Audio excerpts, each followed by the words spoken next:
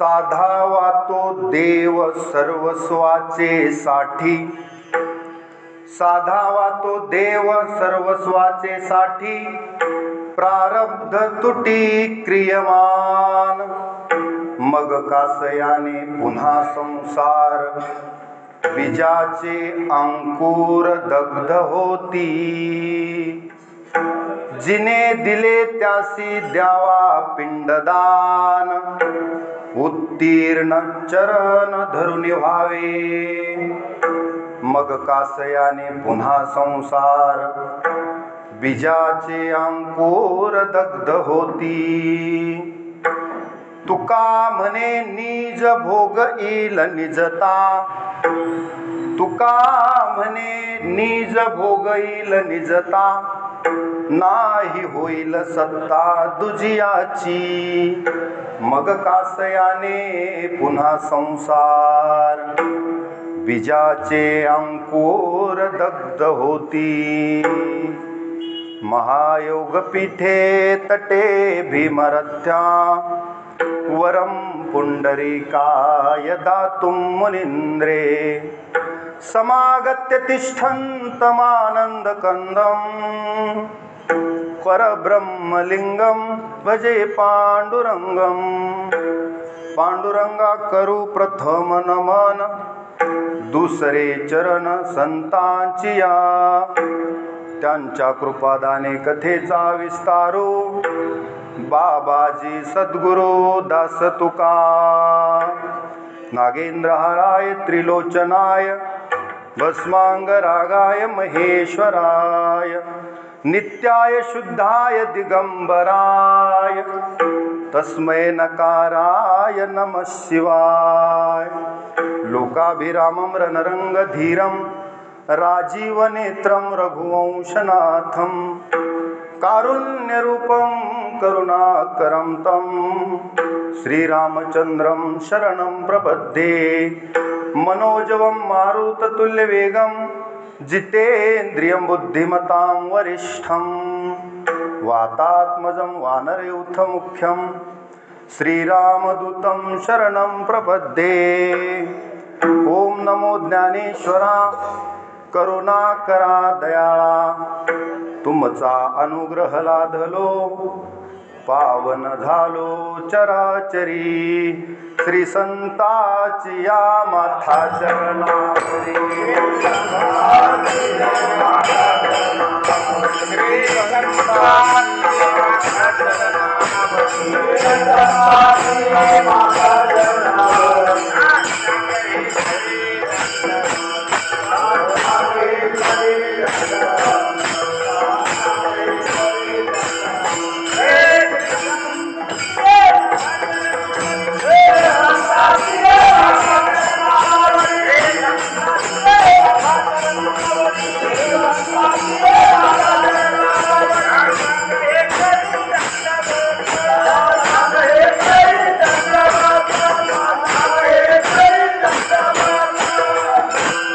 श्री संताची माथा चरणावरी, साष्टांग हे करे दंडवत, विश्रांती पावलो सांभाळा उत्तरी, वाढले अंतरी प्रेम सुख, साधावा तो देव सर्वस्वाचे साठी, साधावा तो देव सर्वस्वाचे साठी, प्रारब्ध तुटी क्रियमान, मग कासयाने पुन्हा संसार, बीजाचे अंकुर दग्ध होती।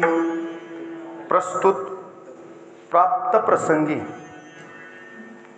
आज मौजे धानोरा काळे, तालुका पूर्णा, जिल्हा परभणी या ठिकाणी आयोजित केलेली ही कीर्तनरूपी सेवा, कीर्तनरूपी सेवेचं निमित्त आहे वैकुंठवासी मारोतराव दत्तराव बासटवार, माजी सैनिक, जे सैन्य दलातून निवृत्त झाले म्हणून आपण त्यांना माजी सैनिक म्हणतो, जे आता सैन्यामध्ये कर्तव्यावर आहेत त्यांना आजी सैनिक म्हटले जाते। माजी सैनिक वैकुंठवासी मारोतराव दत्तराव बासटवार यांच्या प्रथम वर्ष श्राद्धाचा कार्यक्रम आणि या प्रथम वर्ष श्राद्धानिमित्त कीर्तनरूपी सेवेसाठी निवडलेला अभंग जगद्गुरु जगदवंदनीय देहू निवासी संत श्रेष्ठ वैराग्यमूर्ती श्री संत तुकोबाराय यांचा 4 चरणाचा अभंग सेवेसाठी घेतलेला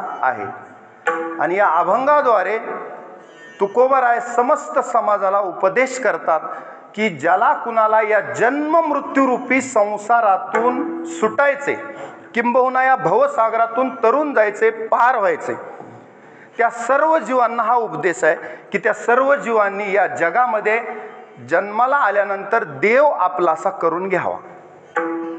साधावा तो देव सर्वस्वाचेसाठी, म्हणजे देव आपला करून घ्यावा. मग ज्यानं पुन्हा देव आपलासा केला त्याला पुन्हा संसार उरत नाही. कोणी म्हणेल पुन्हा प्रारब्ध क्रियमान संचित याचं काय होईल, तर हे सुद्धा भक्तासाठी पुन्हा राहत नाही. मग ह्याच्यासाठी काय करावं तुकोबाराय, तर तुकोबाराय म्हणतात पुढे उपदेशात की ज्यानं आपल्याला हा जीव दान म्हणून दिलेला आहे तो त्याच्यासाठी वापरायचा. तेच खरं पिंडदान आहे अशा स्वरूपाचा. आणि जर अशा स्वरूपाची भक्ती, अशा स्वरूपाचा जन्म मृत्यूरूपी फेऱ्यातून सुटण्यासाठी कोणी अभ्यास करीत असेल, कोणी साधक या मार्गावर चालत असेल, तर त्याला निज स्वरूपाची प्राप्ती होते आणि पुन्हा त्याला कधीही गर्भवासाचं दुःख भोगणं लागत नाही. अशा एकंदरीत अर्थाचा थोडासा पाठात नसलेला अभंग घेतलेला आहे. आणि समस्त ग्रामस्थ मंडळ या ठिकाणी उपस्थित आहे. परंतु माझं हे सांगायचं राहिलं की ज्यांनी या सेवेचं आयोजन केलं ते अर्थातच वैकुंठवासी मारोतराव दत्तराव बासटवार यांचे सुपुत्र, त्यांचं नाव आहे दत्तराव मारोतराव बासटवार असं नाव आहे. म्हणजे आजोबाचंच नाव असण्याची शक्यता आहेच. दत्तराव मारोतराव बासटवार उर्फ बाळू. त्याचबरोबर त्यांच्या भगिनी अपर्णा सचिनराव मामिडवार, म्हणजे ह्या दोघा बंधू आणि भगिनींनी, आणि त्यांना सहाय्य त्यांच्या भाऊजीचे आहे सचिनरावांचं. म्हणजे या दोन्ही बहीण भावंडांनी ज्ञानदान आणि अन्नदान मी पाहिला की आपल्या वडिलाप्रती असलेली निष्ठा, भावना, श्रद्धा ज्ञानदान आणि अन्नदानाच्या रूपानं समर्पण करण्याच्या हेतूनं आयोजित केलेली ही कीर्तनरूपी सेवा. म्हणून कोटी कोटी धन्यवाद आहेत. कारण कुळी कन्यापुत्र होती जे सात्विक, तयाचा हरिख वाटे देवा. देवांना अशा संततीचा हर्ष होत असतो आणि पितर त्यांना आशीर्वाद देत असतात की आमचं श्राद्ध विधीला तरी यांनी आठवण केली. कारण श्राद्ध शब्दाचा अर्थच काय की श्रद्धेनं जे केलं जातं ते त्यांच्यापर्यंत पोहोचत असतं. म्हणून श्रद्धा फार महत्वाची आहे. बुद्धी थोडी कमी चालेल माणसाला, पण श्रद्धा कमी जमत नाही. श्रद्धा पूर्ण पाहिजे, निष्ठा पूर्ण पाहिजे. म्हणून आपल्या वडिलावर असलेली निष्ठा दोघा बहीण आणि भाऊ दोघांनी मिळून या कार्यक्रमाचं आयोजन केलेलं आहे. त्यांना कोटी कोटी धन्यवाद. आणि समस्त भजनी मंडळ असतील, पकवाज वाजवणारे मृदंगाचार्य असतील, गायनाचार्य असतील, सर्वांना धन्यवाद देतो आणि पुढील सेवेची सुरुवात करतो. विठ्ठला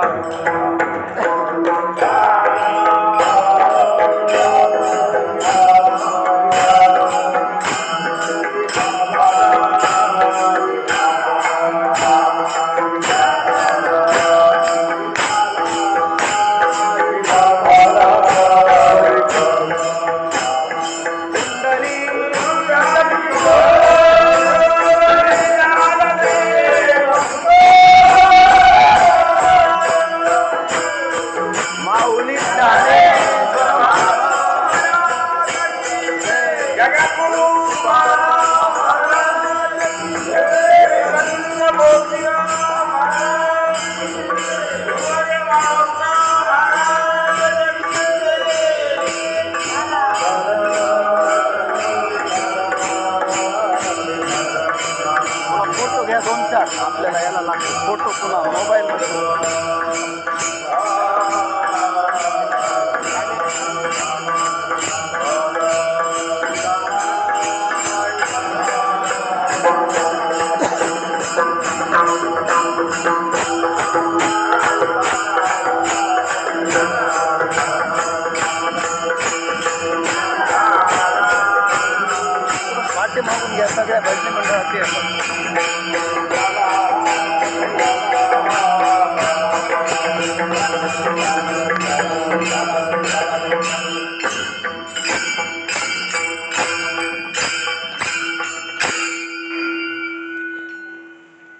प्रत्येक जीवाला काही कर्तव्य आहेत, त्याच्यामध्ये थोडासा माईकला आवाज द्या, थोडा आवाज द्या, एकदा व्यवस्थित आवाज द्या, म्हणजे पुन्हा पुन्हा हे करायची गरज.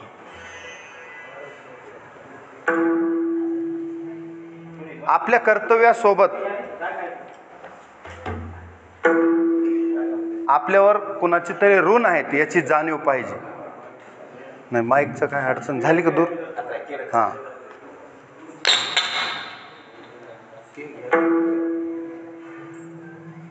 प्रत्येक व्यक्तीवर तिघा जणांचं कर्ज आहे, म्हणजे ऋण आहे. त्याच्यामध्ये पहिलं आहे आपल्या आई वडिलांचं. थोडा आणि आवाज हे करा, म्हणजे सर्वांना ऐकायला येईल. आई वडिलांचं ऋण हे प्रथम ऋण आहे. त्याच्यानंतर ऋषींचं, साधू संतांचं आपल्यावर ऋण आहे. आणि सगळ्यात जर ऋण जास्त कुणाचं असेल, कोणत्या बँकेचं कर्ज असेल, ते भगवंताचं आहे. म्हणजे देव, आई वडील आणि संत आणि ऋषी यांचं, संत ऋषी एकत्र धरले, म्हणजे असे तिघा जणांचं आपल्या प्रत्येकावर ऋण आहे. मग या ऋणातून उतराई होण्यासाठी काय करावे लागेल? तर तस्मात स्वाध्याय प्रवचनाभ्याम न प्रमदितव्यम. आपल्याला संतांच्या मार्गाने चालावं लागेल, वाङ्मयाचा अभ्यास करावा लागेल संतांनी दिलेल्या. आई वडिलाच्या ऋणातून मुक्त होण्यासाठी आपल्याला काही पर्याय थोडेच दिले. संपूर्णपणे कोणीही व्यक्ती आई वडिलाच्या ऋणातून मुक्त होऊ शकत नाही, हे लक्षात घ्या. तुमच्या कातड्याचे जोडे जरी केले तरी आई वडिलाच्या ऋणातून उतराई होऊ शकत नाही, परंतु त्या प्रयत्नात तरी माणूस राहतो. तसंच ऋषींचंही ऋण आहे. पितरांचे जे आपण आपल्या पूर्वजांचे ऋण आपल्यावर आहेत, ते फेडण्यासाठी प्रयत्न केला पाहिजे. त्याचा सविस्तर विचार सांगतो मी. नंतर ऋषी, साधू, संत यांच्या विचारांचा स्वाध्याय केला पाहिजे, म्हणजे अभ्यास केला पाहिजे. आपण कधीतरी ज्ञानेश्वरी, गाथा, भागवत, रामायण, महाभारत या ग्रंथाचा अभ्यास केला पाहिजे. वेद, उपनिषद, जेवढे वाङ्मय, श्रीमंत संस्कृती आहे भारतीय संस्कृती, खूप वाङ्मय आहे. तुम्हाला वाचायला जीवन कमी पडेल. मी तर म्हणतो एवढं वाङ्मय आहे. ग्रंथ भांडार संतांनी कमी दिलेलं नाही, खूप दिलेलं आहे. पण आपल्याला उघडून वाचलं पाहिजे. निदान आपली भजनी मालिका, हरिपाठ एवढं सुद्धा आपल्याला बघणं होत नाही. हे जेवढं वाचणं होईल तेवढं अभ्यास केला पाहिजे त्याच्यातून उतराई होण्यासाठी. आणि देवाचं तर ऋण असं आहे, त्याची कमीत कमी आठवण तरी ठेवत जा. माझ्यावर देवाचं ऋण आहे, आठवण जरी ठेवलं तरी कर्जमाफी होत असते. विठ्ठला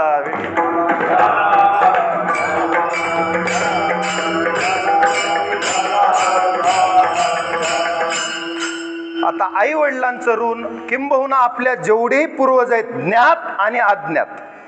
आपल्याला फार तर आजोबा पणजोबापर्यंत माहिती असते, खापर पणजोबा त्यांचे कोणी माहीत नसतात.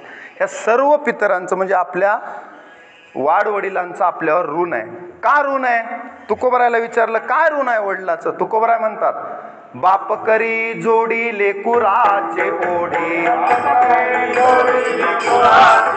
बाप करी जोडी लेकुराचे ओढे, आपुली करवंडी वाढवली.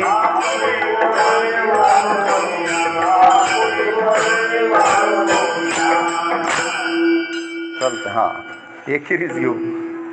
बाप करी जोडी लेकुराचे ओढी आणि आपुली कुरवंडी वाळवणी. आपलं शरीर झिजून आपल्यासाठी आई वडील झिजत असतात, हे त्यांचं ऋण आहे. एकाएकी केला मिरासीचा धनी आणि कडिये वागवणी भार खांदी. अंगा खांद्यावर खेळून वडिलांनी आपल्याला मोठं केलेलं असतं, त्यासाठी फार कष्ट. जुन्या काळात आमच्या चेअरमन इथं बसलेले आहेत, मोठे व्यक्ती, अधिकारी व्यक्ती आहेत, त्यांनी 72चा काळ मला वाटतंय अनुभवलेला आहे. किंबहुना असे बरेच उन्हाळे पावसाळे आमच्या चेअरमन साहेबांनी अनुभवलेले आहेत. आता त्यांच्या बघण्यातला काळ आपल्याला माहिती आहे का? किती खडतर काळ असेल ते सांगितलं तर आपल्या अंगाला काटा येतो. जुने लोक असं सांगतात की आम्ही कन्या खाऊन दिवस काढले, पण मुलाबाळांना वाढवलं, प्रॉपर्टी जपून ठेवली, शेत विकलं नाही. किती जरी संकट आले तरी आपल्या मुलासाठी, पुढच्या पिढीसाठी हा वारसा जतन करून ठेवला. हेच सगळ्यात मोठे उपकार आहेत. विठ्ठला.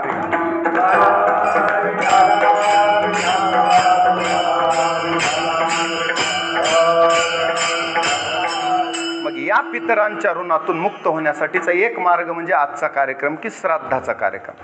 आपल्या पूर्वजांचं स्मरण करून त्यांनी आपल्यासाठी हे सगळं केले. आता मला सांगा, आमचे मारुतराव सैन्यामध्ये सैनिकाचं जीवन हे खडतर जीवन आहे. रात्रंदिन आम्हा युद्धाचा प्रसंग.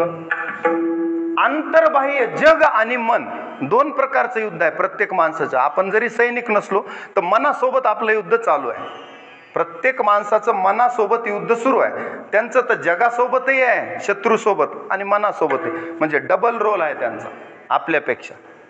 म्हणून सैनिकाबद्दल आपल्या मनात कृतज्ञता असते, पण कधीतरी 26 जानेवारीला कधीतरी आठवण येते शहीद दिनी. कारण सैनिक हे दिवस रात्र जागत असतात आपल्यासाठी. सीमेवर खडा पहारा असतो, खडा पहारा साधा नाही. रात्रंदिवस बंदूक घेऊन थांबावं लागतं. कोण्या बाजूनं शत्रू कधी हल्ला करील आणि कधी जीव गमवावा लागेल कारण सांगता येत नाही. अशा परिस्थितीत दिवस काढत असतात. कुटुंबाला वेळ भेटत नाही. आपल्या कुटुंबातला कोणी मृत झाला, कुणाचं लग्न असलं तरी सुद्धा त्यांना गावाकडे यायचं म्हणलं तर विशेष रजा भेटेलच याची शाश्वती नाही. विठाला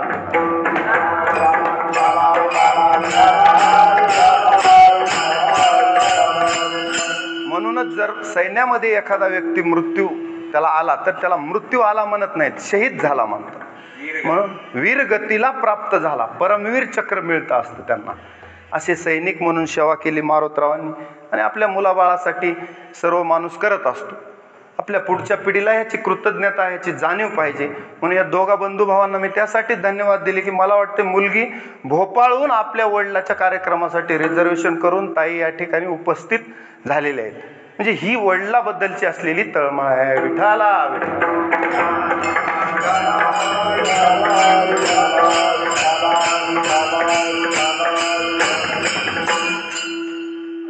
मला कौटुंबिक वातावरण आम्ही बसल्यास का आलं की मातृछत्र सुद्धा हरवलेलं आहे म्हणल्यावर किती अवघड आहे. लहानपणापासून माऊलीची चाली बालकाची ओढीन त्या लागी काढी प्राण प्रीती. त्या पोटी भार वाहे त्याचे सर्व सोयीच आहे. पण ही जी आईची माया आहे, कारण आईशी कळवळ्याची जाती आणि करी लाभावी न प्रीती. आईची प्रीती संत सुद्धा थकले. आईची प्रीतीचं वर्णन होऊ शकत नाही. आई ती आईच असते. जसं कोणी जर विचारलं रामाचं आणि रावणाचं युद्ध कसं झालं तर ह्या युद्धाला जगात उपमा नाही.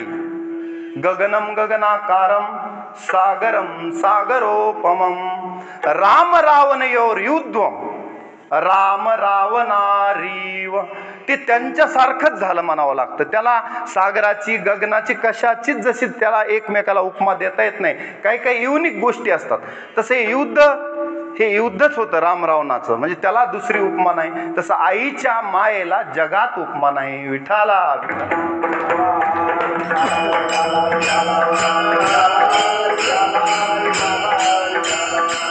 म्हणून त्यांच्या प्रति कृतज्ञता आहे आणि ज्ञानदान आहे. कीर्तनाच्या रूपानं ज्ञानदान. कारण दाता तोची एक जाणा नारायणा स्मरवी. एवढ्या जणांकडून नामचिंतन करून घेण्याचं पुण्य सुद्धा त्यांनाच भेटत असतं. आणि अन्नदानाचं अन्नदान सगळ्यात महान दान आहे. त्याच्यासारखं तर पवित्र दान नाही. ज्ञानासारखंही पवित्र दान नाही. ज्ञानदान करणं नाही ज्ञानेन सदृश्यम पवित्रमिह विद्यते तत् स्वयं योग संसिद्ध कालेनात्मनि विंदती. भगवान गीतेत म्हणतात की ज्ञानासारखं तरुण जाण्यासाठी खात्रीलायक दुसरं साधन नाही या जगात. एखादा म्हणला भक्ती आहे पण त्याला ज्ञानाची जोड पाहिजे. कर्म आहे पण ज्ञानाची जोड पाहिजे. कसंही कर्म कशीही भक्ती नाही. ज्ञानपूर्वक म्हणजे भक्ती आणि ज्ञान आणि कर्म या तिघांचा संगम पाहिजे. त्रिवेणी संगम. भक्ती ज्ञान आणि कर्म. ज्ञान कर्म भक्तीचा संगम म्हणतात त्याला. म्हणून एखाद्यानं जर म्हणला नाही मी सगळे तीर्थव्रत केले, कुरुते गंगा सागर गमनम व्रत परिपालम अथवा दानम ज्ञान विहीन सर्वमतेन मुक्तिम न भजती जन्मशतेन भज गोविंदम भज गोविंदम भज गोविंदम मूढमते. कुरुते गंगा सागर गमनम. आज मकर संक्रांतीचा पर्व काळ आहे. आज गंगा सागरला जर स्नान केलं तर सर्व पाप नष्ट होतात. किंबहुना प्रयागराज असेल, बरेच तीर्थ आहेत. कोणत्याही तीर्थाला निदान गोदावरीवर जरी स्नान केलं तर पाप पुण्य अवघे एका स्नानेची खुंटले. देव तिळी आला गोडे गोड जीव झाला. साधला पर्व काळ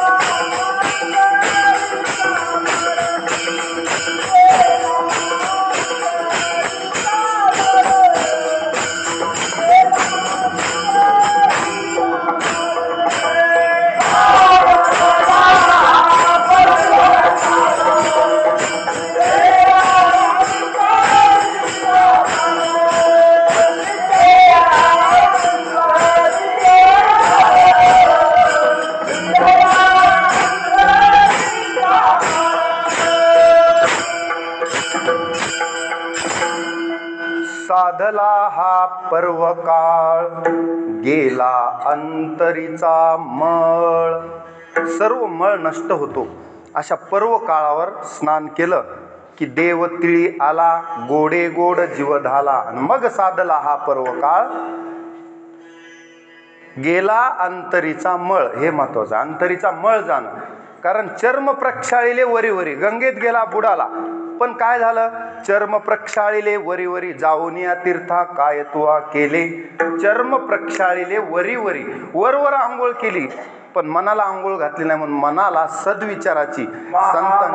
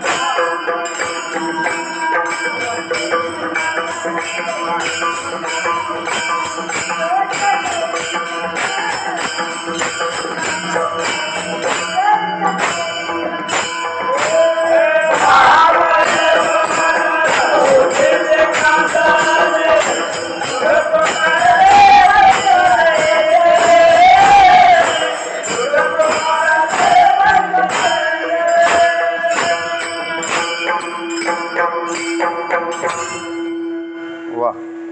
महामळे मन होते जे गाधले आणि शुद्ध चोखाळले स्फटिक जैसे. एवढं शुद्ध करावं लागतं मन. म्हणून मन शुद्ध करण्यासाठी बरेच प्रमाण देता येतील, तेवढ्या खोलात मी जात नाही. तुम्हाला एक उदाहरण सांगतो की मन शुद्ध कसं करायचं. कोळसा आहे आणि मन कोळशासारखं आहे, त्याला आता साबण लावा, त्याचा रंग बदलेल का? काय केल्यास कोळशाचा रंग बदलेल? त्याला एकच पर्याय आहे, कोळसा जिथून आला तिथं टाकायचा. अग्नीतून आला, अग्नीत टाकला की त्याचा रंग लाल होतो, बदलला रंग.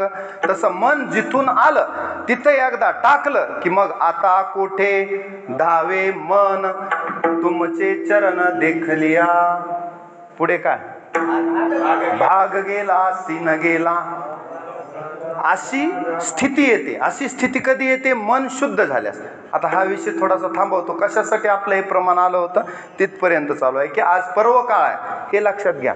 पर्व काळावर दान पुण्य आणि स्नान यांची किंमत आहे. स्नान करून दान पुण्य करावं. आता ज्याला जसं घडल तसं. तुम्ही ब्राह्मणाला दान द्या, चांगल्या व्यक्तीला दान द्या, तुम्हाला ज्याला दान द्यावं वाटेल, पण दानाची सवय लावा. कारण दानम दमश्च यज्ञश्च स्वाध्याय तप आर्जवम हे दैवी गुणामधला एक गुण आहे. दाता भवती वानवा. अनेक लोक असतात पण दाता एखादा असतो. वक्ता दस सहस्त्रेषु, हजारात एखाद्याला बोलता येतं. बसून भरपूर जणांना बोलता येतं, पण माईक पुढे आल्यास हजारात एखादा बोलू शकतो.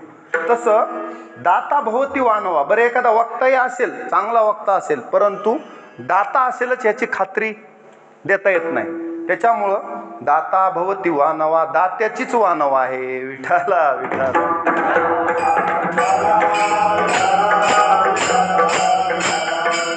आज मकर संक्रांतीचा पावन दिवस आहे. पर्व काळ त्याला म्हणायचं. पर्व काळ पाया तळी वशे वैष्णवा. वैष्णवाजवळ सर्व पर्व काळ असतात.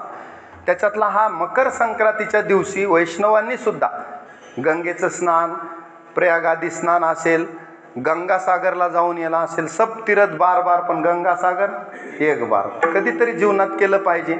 पण आद्य शंकराचार्य म्हणतात सगळे जरी तीर्थ करून आला तरी ज्ञानविहीन इथं आपण होतो. सर्व मतेनं, सगळ्यांचं मत आहे शास्त्रांचं संतांचं की ज्ञानविहीन सर्व मतेनं मुक्तीम न भजती जन्मशतेनं. शतजन्म जरी असा फिरत राहिला तरी ज्ञानाशिवाय मोक्ष नाही. म्हणून ज्ञानी त्वात्मेव मे मतम. भगवान म्हणतात की ज्ञानी माझा आत्मा आहे. विठाला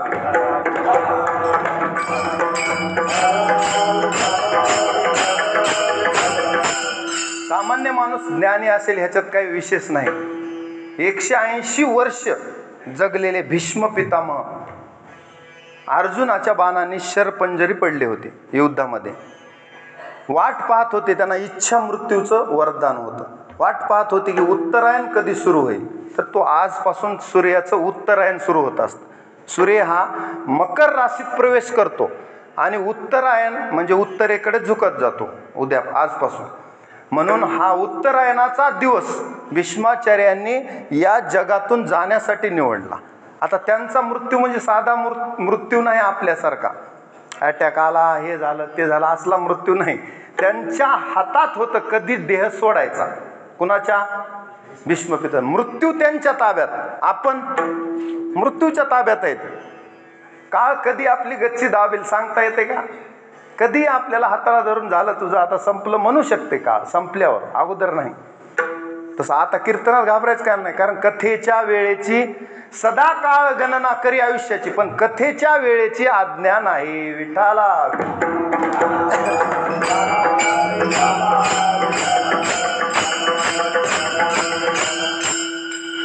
आजच्या पर्व काळाच्या दिवशी भीष्मांनी सुद्धा देह ठेवला.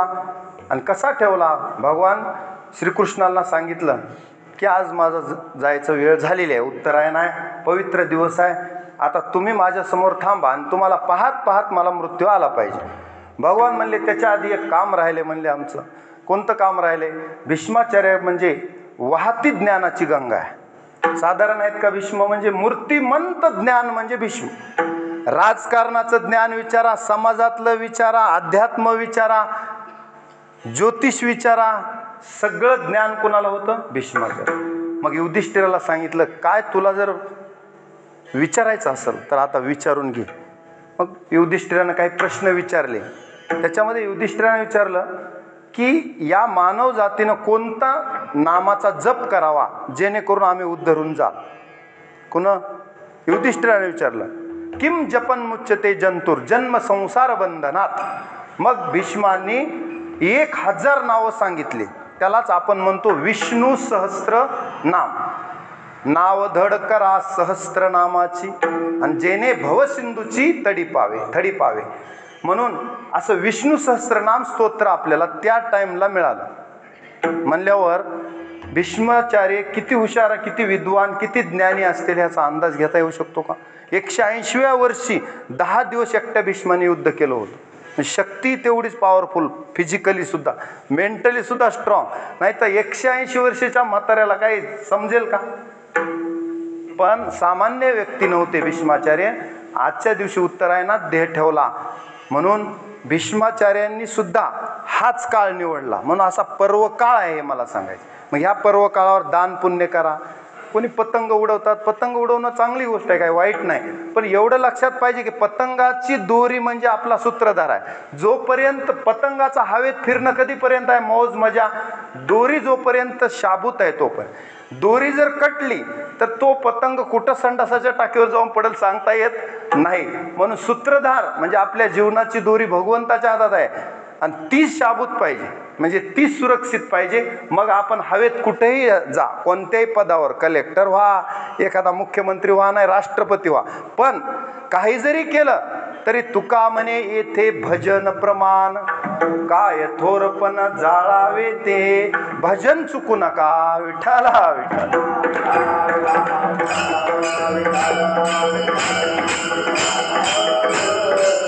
सगळ्या गोष्टीला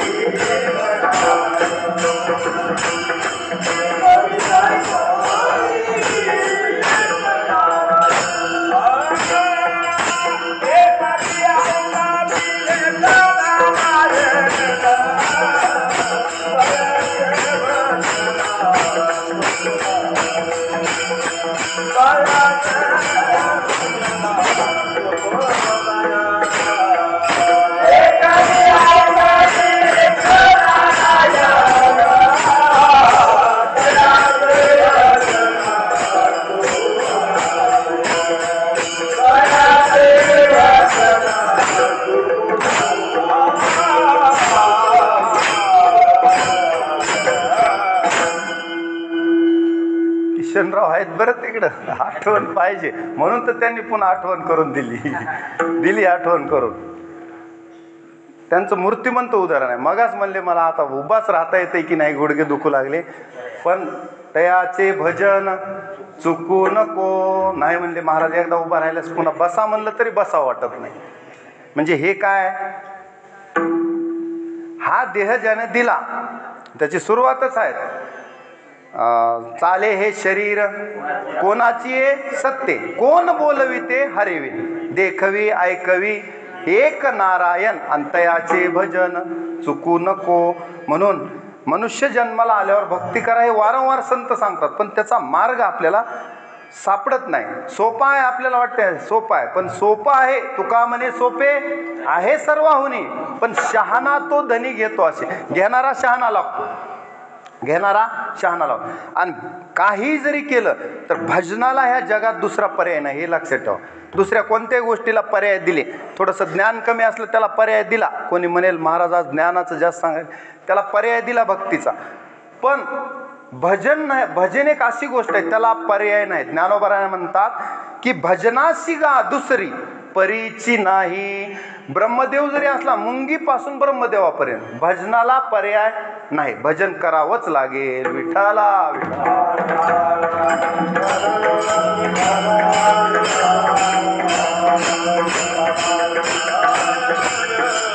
कारण दुसऱ्या कुणात आपलं कल्याण करण्याचं सामर्थ्य नाही एका नामाशिवाय. एक नाम सोडलं तर कुणात कल्याण करायचे नाही. एरती मायके दुःखाची जनिती नाही, आधी अंती अवसानी. कधीच कामाला येत नाही, शेवटी बी कामाला येत नाही, सुरुवातीला नाही, मध्येही नाही. परंतु नाम असा आहे की ते तुम्हाला सुरुवातीलाही कामाला, मध्येही कामाला आहे. करा हरिभक्ती परलोकी येईल कामा, पुन्हा सुद्धा तुमच्या सोबतच जाणार आहे. विठ्ठला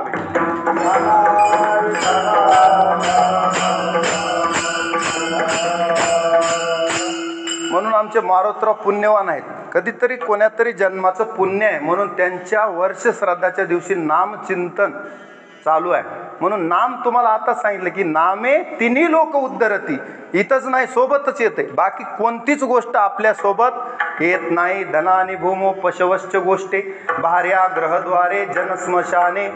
कोण कुठपर्यंत येते याची यादी आहे, आता फोडून सांगत नाही तुम्हाला. देहस्थितायाम परलोक मार्गे पण कर्मानुगो गच्छती जीव एका. कर्म म्हणजे आपलं सोबत केलेलं चांगलं वाईट जे कर्म आहे ते सोबत येत असतं, आणि आपला केलेला पुण्याचा साठा म्हणजे नामचिंतन. ही शिदोरी आपल्याला कायम पुढे येत असते. ह्या पुण्याईनच पुढील जन्माची आपली गती फिक्स होत असते, फिक्सेशन. म्हणून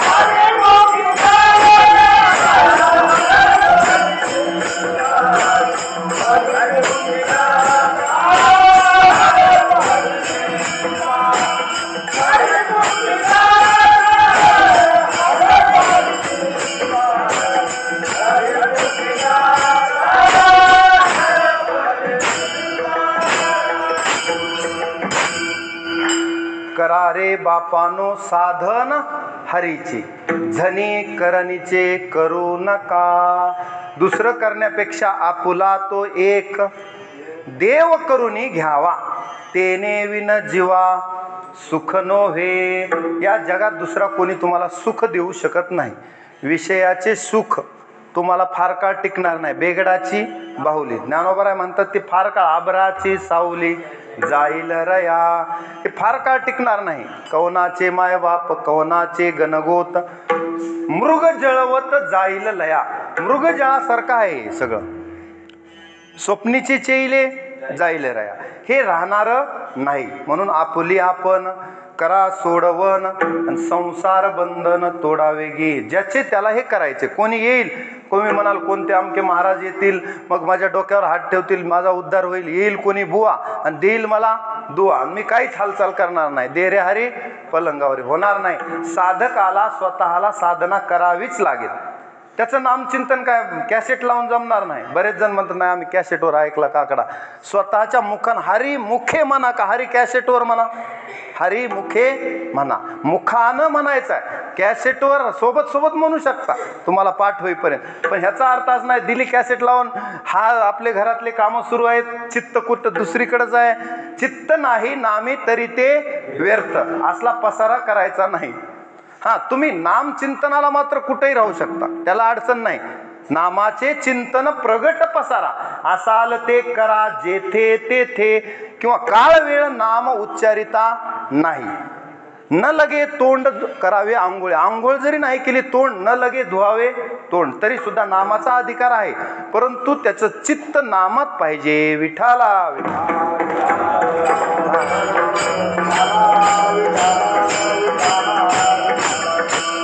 कसं चित्त नामात पाहिजे? आपण कुठेही फिरतो, दिवसभरात आपण शेतीत जातो, कुठं आणखी पाहुण्या रावळ्याकडे जातो, अनेक ठिकाणी फिरून येतो. नाहीतरी मन तर कुठेही फिरून येतो वाऱ्याच्या वेगानं. वायव रिव सुदुष्कुरम, एवढ्या ठिकाणी कुठं जरी फिरून आलो तरी सुद्धा एक गोष्ट महत्वाची आहे, खुंट्याला धरून राहिलं पाहिजे. संध्याकाळी घरी येतोच आपण, तसा एक खुंटा आहे जात्यातला, त्या खुंट्याला धरून जे दाणे राहतात त्यांचं पीठ होत नाही. मागच्या वेळी सांगितलं, खुंट्याला धरून पाहिजे. भगवंताला धरून जेही कर्म केले त्याला काय म्हणतो? ब्रह्मार्पण करून कर्म करणे, किंवा कर्मे इशू भजावा. मग शेतात जरी गेलात तर सावता बाबा व्हाल तुम्ही. कांदा मुळा भाजी अवघी माझी, लसूण मिरची कोथिंबिरीन अवघा झाला माझा हरी. कुंभार जातीत जन्माला आलेले कोण? गोरोबा काका. माती तुडवीत तुडवीत मुलगा पायाखाली आला तरी भान नाही. पुन्हा देवानं मुलं उठविले कुंभाराचे, हात तोडलेले पुन्हा हात आले भजन करायला. कुणाला? मग आपणही एकदा जोरात भजन करूया. विठाला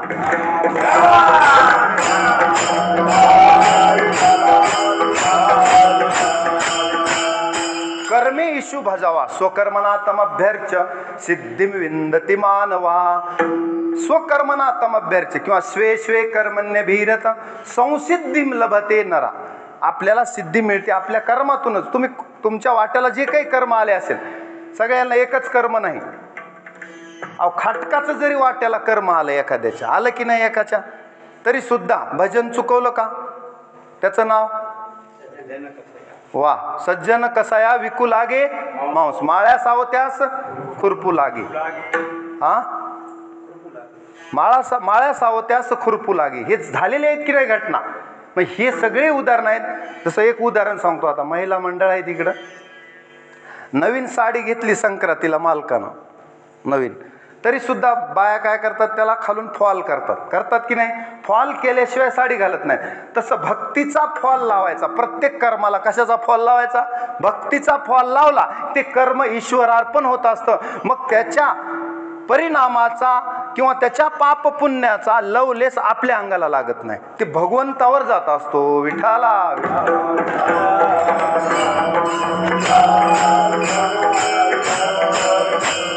चला, आता कुठेही असा, कोणत्याही कर्मात असा, मला हे सांगायचे की आपण आपला तो एक देव करून घ्यावा. आता बऱ्याच जणांना असं वाटतंय की आमच्या मागे एवढ्या भानगडी आहेत, 12 भानगडी, की भजन करायला वेळ नाही, नामचिंतन करायला वेळ नाही. वेळ कशालाच नाही, पण एकदा मनुष्य जन्म गेल्यास पुन्हा तर वेळच नाही. लक्षात घ्या. 184ची करा सोडवण, इथंच होणार आहे ही सोडवण. कोण्या जन्मात? मनुष्यवटची पाळी याच जन्मात सोडवण करायच्या. एवढंच द्वार आहे, हे मुक्तीचं आहे. बाकी जन्म कसे आहेत? बैलाचा, गाढवाचा, हे फक्त खा प्या मजा करा, ईट ड्रिंक अँड बी मेरी. पशु काय जाणे ते त्यांना काहीच माहीत नाही. पशुला पाप पुण्य माहीत नाही, किंवा आहार निद्रा भय मैथून ह्याच्या पलीकडं पशुला काहीच माहीत नाही. पण मनुष्य विचार करू शकतो. मनुष्यामध्ये धर्म नावाची जी चीज आहे, धर्म, तेशाम धर्म जे आहे, धर्म हा अधिक आहे, विशेष आहे. म्हणजे आपण विचार करू शकतो की कस्त्वम कोहम कुत आयात कामे जननी कोमेतात. हा पशुला विचार नाही, माझे आई वडील कोण, मी कोण, मी स्वतः कोण हेच माहित नाही. आहे मी हा कोण करावा विचार मने ज्ञानेश्वर निवृत्तीचा, एवढंही माहित नाही मी कोण.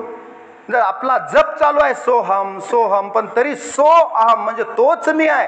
तत्वमसी तत्त्वम अशी एवढ्या जाणीवेपर्यंत जायचं. त्याच्या पुढे अहम ब्रह्मास्मी जीव ब्रह्मेव नापरा ही जे आहे मी वासुदेव तत्वता ही भावना आपल्यात जागृत झाली पाहिजे. तेव्हा आपल्याला लक्षात येईल की भगवंताचे आपल्यावर किती उपकार आहेत. मी स्वतःच चिदानंद रूप शिवोहम शिवोहम. मी कोण आहे? न तातो न माता न बंधुर न दाता न पुत्रो न पुत्री न भर्त्यो न भर्त्या न जाया न विद्या न वृत्तिर्ममेव गतिस्त्वम गतिस्त्वम त्वमेका भवानी. माझी गती कोण आहे? देवच आहे. आणि मी अहम निर्विकल्पो निराकार रूपो विभुर्व्याप्प सर्वत्र सर्वेंद्रियानाम सदा मे समत्वम न मुक्तिर्न बंध चिदानंद रूप शिवोहम शिवोहम ही जाणीव पाहिजे. ओम पूर्णमद पूर्णमिदम पूर्णात पूर्णमुदच्यते पूर्णश्च पूर्णमादाय पूर्णमेवावशिष्यते. मनोबुद्धी अहंकार चित्तानि नाहम न च श्रोत्र जिह्वे न च घ्राण नेत्रे न च व्योम भूमिर्न तेजो न वायू चिदानंद रूप शिवोहम शिवोहम. एवढंच लक्षात ठेवा. विठाला विठाला.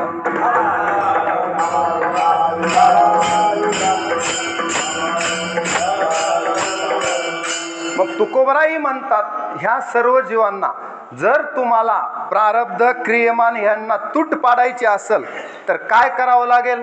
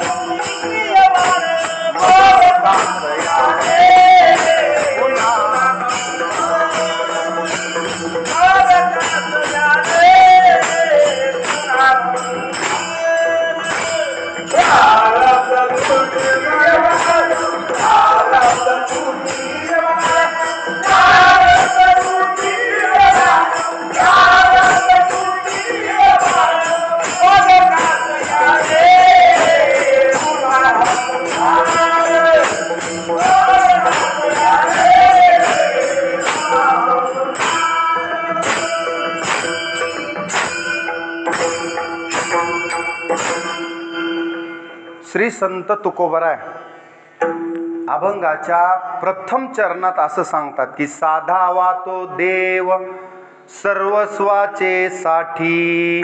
शब्द नीट आहे का?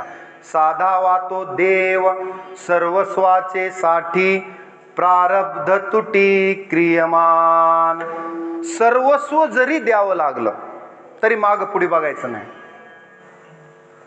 बळी सर्वस्वी उदार. बळीराजावर एकदा प्रसंग आला होता. सगळंच द्यायचं, काहीच शिल्लक नाही, तरी सुद्धा बळी मागे हटला नाही. कधी हा प्रसंग झालाय? भागवतात कथा आलेली आहे. वामन द्वादशीला, वामन जयंती आपण साजरी करतो. वामनाचा अवतार झाला. त्याच्यानंतर बलिप्रतिपदा दिवाळीतला पाडवा. सर्वस्व देण्याची वेळ बळीराजावर आली. आता बळीराजा एवढा उदार होता, त्याच्यासारखा उदार राजा आजपर्यंत झाला नाही. त्याच्या राज्यात सुख संपन्नता होती. सर्वत्र सर्व लोक म्हणायचे इडापिडा टोळो बळीचं राज्य, इडापिडा बळीचं राज्य एवढं. परंतु बळीराजाला थोडा अहंकार झाला. अहंकार झाल्यावर बळीराजानं देवावर स्वारी केली आणि देवावर स्वारी करून देवाची संपत्ती हडप केली. बळीराजा दैत्य बहुत मातला आणि संपत्ती हरिल्या देवाचिया. मग तयवेळी तुआ आदिती उदरी अवतारधारी बटू झाला. मग वामन रूपानं आदितीच्या पोटाला देव आले. भगवान विष्णूचा वामन अवतार. पण मला इथं हे सांगायचं की बळी किती मागे हटला नाही तुम्हाला. साधावा तो देव सर्वस्वाचे साठी, सर्वस्व दिलं यज्ञामध्ये देव आले. आता बाकीची कथा थोडक्यात सांगतो, वेळ कमी आहे. बळीचा 99 यज्ञ झाले होते. आता 100वा यज्ञ झाला की त्याला इंद्रपद मिळत असतं. इंद्र म्हणजे साधी गोष्ट नाही, इंद्राची थट्टा मस्करी उडवता तुम्ही, पण इंद्र होणं एवढं सोपं नाही. 100 यज्ञ करावे लागतात. कुणाला? इंद्रपद मिळवण्यासाठी. साधी खुर्ची नाही इंद्राची. इंद्र हे देवांचा राजा आहे, देवेंद्र. त्याची खुर्ची मिळवण्यासाठी सोपं नाही. बळीला ती संधी आली होती, पण त्याचा शेवटचा यज्ञ सगळे देव म्हणले ह्याच्याकडे एक तर आधीच ह्याचे जे गुरु आहेत शुक्राचार्य, त्यांच्याकडे संजीवनी विद्या आहे. कोणती विद्या आहे? मृत जरी सैनिक झाले तरी जिवंत करत होते शुक्राचार्य. तरी सुद्धा देवांनी कच्छ म्हणून एक होता, कच्छ, त्या कच्चाने सर्वस्व दिलं पण संजीवनी विद्या प्राप्त केली. शुक्राचार्याकडे गेला होता कच्छ ती विद्या आणण्यासाठी.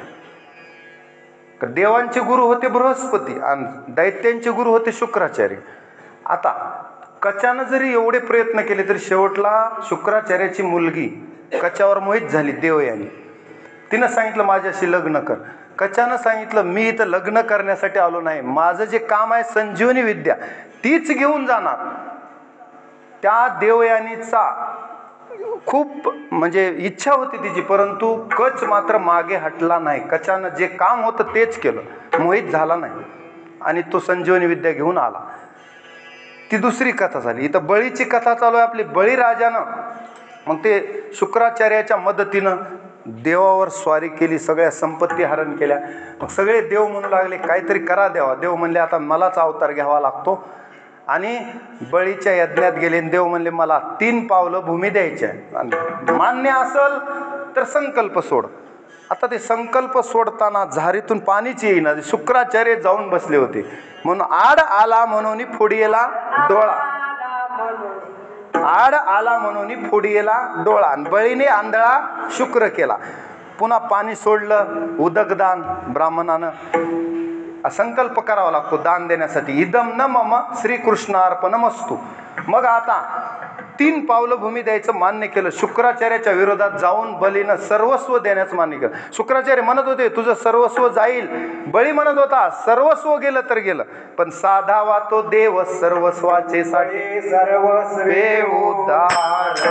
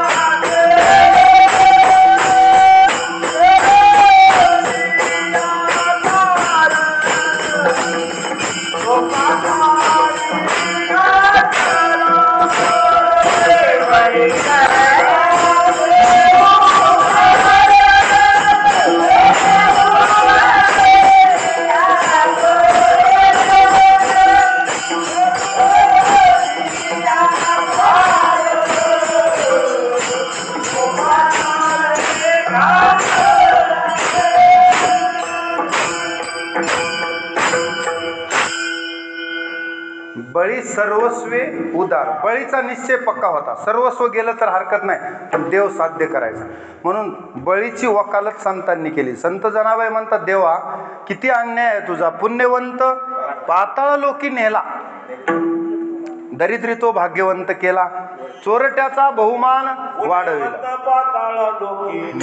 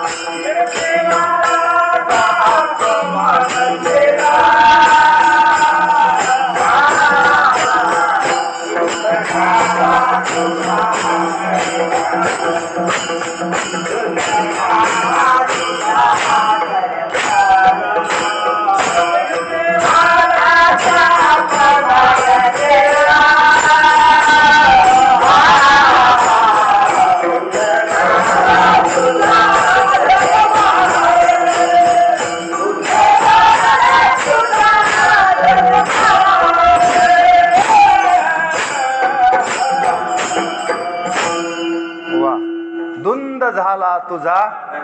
देवा किती अन्याय.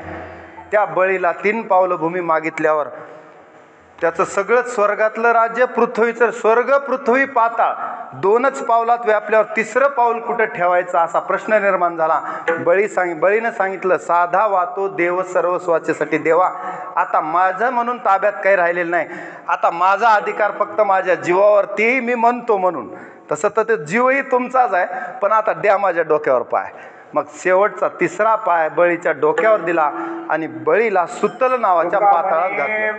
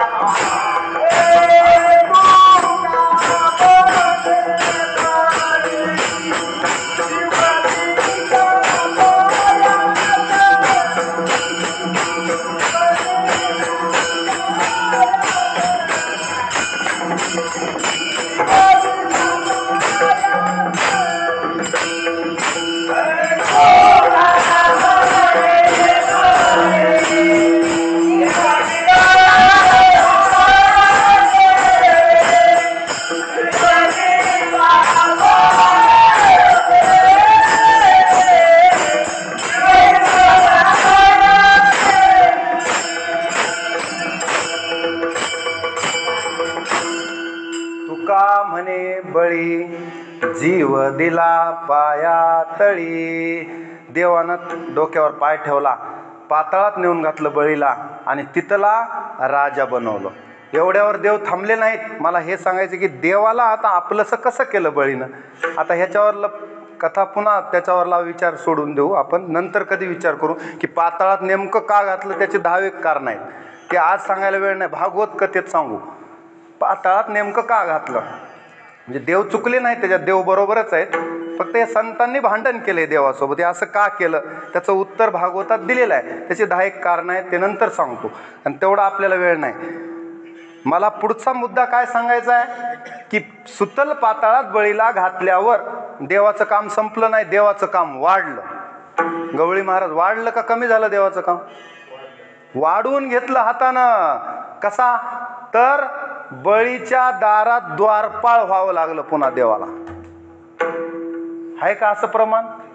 द्वारपाळ बळी द्वारी झाला. झाला की नाही झाला? कोण? अहो जगाचा मालक.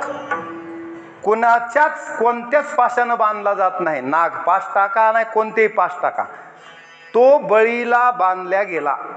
म्हणून बळीच्या दारात द्वारपाळ होऊन राहावं लागलं. शेवटी रुक्मिणी आईसाहेबाला सगळ्याच अष्टपत्न्यांना विनंती करून देव सोडवून न्यावा लागला काही काळासाठी. इतका देव बळीनं आपलासा केला. साधावा तो देव सर्वस्वाचे साठी, प्रारब्ध तुटी क्रियमान. आता आणखी एक दोन उदाहरण सांगतो, वेळ कमी आहे. की सर्वस्व द्यायला जरी लागलं तरी देव आपलासा करावा. त्याच्यात फायदा काय पुढे सांगतो. फायदा पहिल्याच चरणाच्या दुसऱ्या तुकड्यात फायदा आहे. प्रारब्ध तुटी क्रियमान, याची तूट होते. प्रारब्ध तुटीन तुटी क्रियमान, दोन्हीलाही फाटा बसतो. म्हणजे जन्म मरण वार्ता खुंटविली. येणे जाणे खेपा जे आहेत आपल्या, त्या येण्याची एके खुंटती, त्या खुंटवायच्यात. कासलीच बेजारी पाहिजे संसारात. पुरे हा संसार कधी वाटलं पाहिजे आपल्याला. कर्म बळीवंत दुस्तर. पुढे राहो नेदी स्थिर एके ठाई निश्चळ. संसार कोण्याच माणसाला एका ठिकाणी निश्चळ राहू देत नाही. आता एखाद्याने किती जरी ठरवलं, नाही महाराजांनी सांगितलं ते आपल्याला पटलं, आता भगवंत सोडायचा नाही, पण थोड्याच दिवसात त्याची ती हवा जाते आणि डोक्यात दुसरं घुसतं की नाही. एवढं म्हणजे का होतं हे, का होतं हे. मध्ये मनाला फाटे फुटत जातात. म्हणून तुका म्हणे फाटे, नको फुटो देऊ फाटे. काय सांगू लागलो मी, की मध्येच असे विक्षेप येतात आणि विक्षेप आला भजनी विक्षेप तेची पै मरण. कुणासाठी? अहो भजन करणाऱ्यासाठी, बाकीच्यांना काय. भजनी विक्षेप तेची पै मरण, नव जवा क्षण एक वाया. म्हणजे रिकामा अर्धघडी राहू नको विठाला विठाला.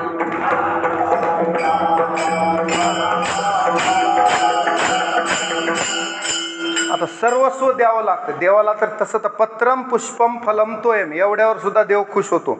अहो जास्त लागत नाही. एक बिल्वदल चंदनाक्षता पूजन तत्वता बहु सोपे. त्या बिल्लानं अनायासानं महादेवाची पूजा केली होती, तरी सुद्धा त्याला महादेवानं दर्शन दिलं.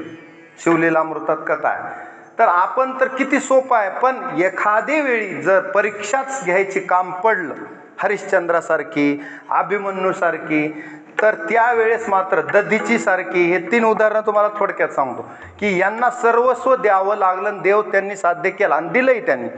आपण दिलं नसतं. बायकोला विचारतो, घरच्यांना विचारतो, पॉलिसीचे हप्ते राहिलेत, हे असा विचार आपण केला असता. कसा सांगतो तुम्हाला. दधीची ऋषीकडे सगळे ऋषी गेले. दधीची नावाची एक ऋषी होती. म्हणले वृत्रासूर नावाचा एक असुर खूप माजलाय. म्हणले एवढा त्रास आहे लोकांना, कधी कधी मरण वाटते, पण चांगल्यालाच मरण आहे, वाईटाला लवकर मरण नाही. सगळ्या गावाला नाही, सगळ्या आपल्या राज्यात त्याचा त्रास व्हायला आहे, वृत्रासुराचा. इंद्राकडे जाणं म्हणले, नाही इंद्राला सुद्धा त्रास द्यायला होते. मग देव म्हणले असं आहे का. मग आता ह्याला पर्याय काय आहे. ह्याला पर्याय म्हणले एक ऋषी आहेत, त्यांचं नाव आहे महर्षी दधीची. त्यांच्याकडे सगळे मिळून जा इंद्रासहित, तेच काहीतरी मार्ग सांगतील. मग गेल्यावर त्याच्यातल्या एका ऋषीला माहित होतं की दधीची ऋषीच्या हाडाचं जर शस्त्र केलं, वज्र बनविलं त्याचं, तर त्या वज्रानं तो वृत्रासूर मारला जातो. अन्यथा तो वृत्रासूर कशानेच मारला जात नाही, कशानेच मारला जात नाही. मग सगळेजण गेल्यावर दधीची मुनीला म्हणले आता जीव घ्यायला जाणंच आहे की त्यांचा, का दर्शन घ्यायला. नाही, दक्षिणा देऊन दर्शन घ्यायला आले होते का सगळे. आता जीव घ्यायचा आहे. कुणाचा. काय चूक आहे होत्या महात्म्याची. म्हणजे तप केलं हे त्याची चूक झाली का. एवढं तप होतं म्हणून तर त्यांच्या हाडात ते भिनलं होतं. अंगोअंगी मुराला छंद. त्या अंगोअंगी मुरावं लागतंय भजन. त्याच्यासाठी ते 10-10 4-4 जन्मात भजन केलं होतं तुकोबारायनं. सत्ययुगात, द्वापार युगात, कलियुगात, सगळ्यात त्रेतायुगात, सगळ्या युगात तुकोबाराय होते. जे जे झाले अवतार तुका त्यांचे बरोबर. जगद्गुरु तुका अवतार नाम याचा, संप्रदाय सकाळांचा तेच. त्यांनी हे भजन केले म्हणून अंगोअंगी मुराला छंद त्यांच्या त्या हाडात उतरलं होतं. आपल्या नसानसात जसं उतरलं पाहिजे तसं. मग म्हणले काय करावं. ऋषींना विनंती केली, महर्षी दधीचींना, वेळ कमी आहे थोडं फास्ट घेतो, की आम्हाला तुमच्या अस्थी पाहिजेत. डायरेक्टली बोलले, काहीच नाही मध्ये आडफाटा काही ठेवला का. टाकाला जाऊन गाडगं लपविणे असला प्रकार नाही. तुमच्या अस्थी पाहिजेत. कशासाठी पाहिजेत, की वृत्रासुराला मारण्यासाठी तुमच्या अस्थीचं वज्र बनवायचं आहे आम्हाला अस्थीपासून, आणि त्या वज्रानं तो मारणार आहे. आणि इंद्राला त्याचं काम पडलेलं आहे. चला बोला, आता सर्वस्व द्यायचा टाइम आहे. तुकोबाराय तर काय म्हणतात की काय हरकत नाही, असली संधी पुन्हा पुन्हा येत नाही. जान देणे की ऋत रोज आती नाही. दररोज असली संधी येत नाही, कधीतरीच येते. महर्षी दधीचीने एका सेकंदात यस म्हणून सांगितलं. हो, अहो जर मला हाडं देऊन देव साध्य होत असाल तर साधावा तो देव सर्वस्वाचे साठी, माझं भाग्यच राहील म्हणले. चला, योग अग्नीनं आपला देह भगवंतात विलीन केला आणि ह्या शरीराचं काय घ्यायचं ते घ्या. मी आणि परमात्मा अगोदरच एकरूप आहेत म्हणले दधीची मुनी. ह्या देहाला कोण सांभाळणार आहे? अहो नाशिवंत देत म्हणजे अविनाश आपला झाला, नाशिवंत देता आणि ब्रह्म येईल हाता. काय द्यायचे आपल्याला? नासक शरीर द्यायचे 5 जणांकडून आणलेलं. तसंही ते तुमच्या मालकीचं नाही, 5 जणांचं उसणं आहे, तरी तुम्ही उगा अधिकार गाजविता. माझं आहे हे शरीर, ह्या शरीराला नामदेवराव, मुंजादेवराव नाव दिलेले आहेत. आपण नाव दिलेत, मला अमक म्हणतात, तमक म्हणतात. हे आपला अधिकार गाजवणं आहे. वास्तविक आपला अधिकार नाही. काय उपजलिया बाळकास. हा, उपजलिया हवा हवा. ज्ञानोबा म्हणतात नाव नाही पण हाक दिली की ओ मनोनी उठी, अशी काहीतरी उभी आहे. बरोबर, विठाला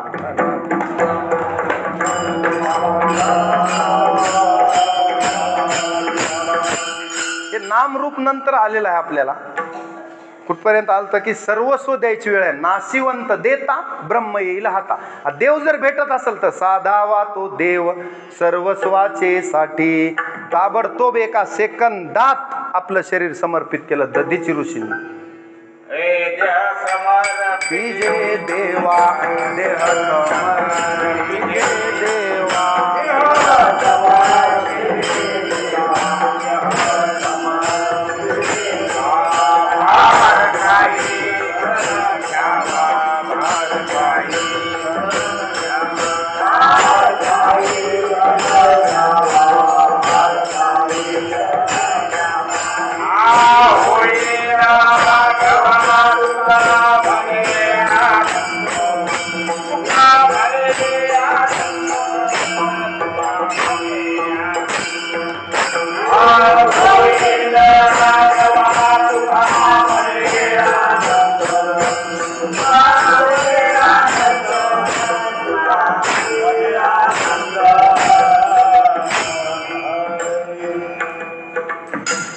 युक्त आहार विहारस्य आहे. त्याचं ध्रुवचरण युक्त आहार विहारस्य आहे. पण आपल्याला वेळ कमी आहे, थोडं एकेरीत चालू द्या म्हणजे तुम्हाला थोडंसं आपलं एकही चरण झालं नाही. आणि मला तर वाटलं पहिल्याच चरणात कीर्तन सुटते, होणार नाही. पण संगती लावून देतो, अर्ध्यात सोडित नाही.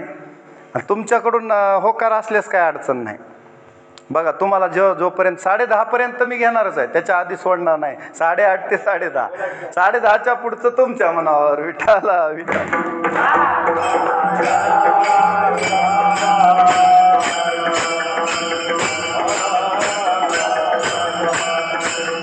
देह समर्पिजे देवा भार काहीच न घ्यावा, होईल आगवा तुका म्हणे आनंद.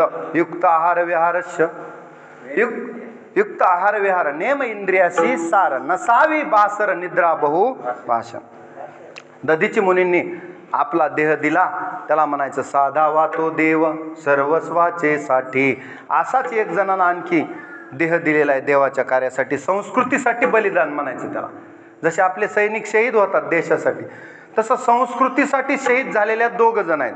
एक कुमारिल भट्ट आणि एक अभिमन्यू. हे संस्कृतीसाठी शहीद झालेले आहेत.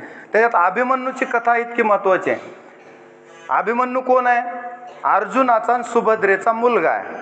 आता गर्भात त्याला चक्रव्यूह कसं भेदायचं हे माहीत होतं, पण त्याच्यातून बाहेर पडायचं माहीत नव्हतं. आता एक दिवशी अशी वेळ आली बघा, सर्वस्व जरी द्यायची हरकत, कधीतरी परीक्षा येते.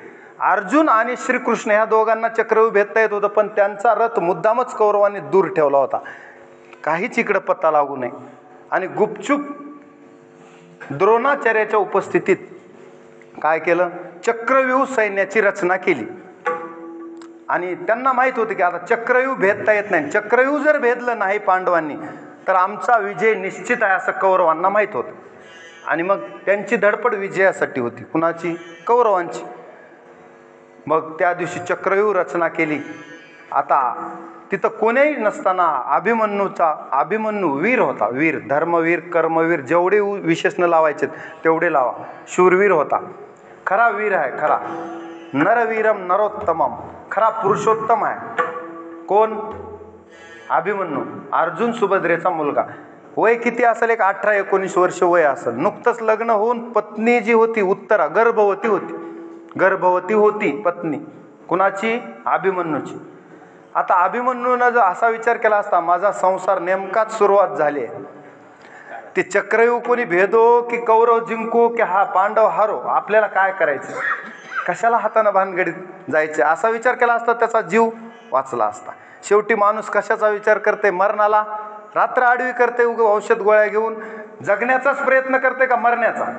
नाही डॉक्टर साहेब, एखादं रेमडेसिवीर का होईना द्या, उगा 8-15 दिवस म्हातारच जगल. कोरोनात दिले की नाही इंजेक्शन?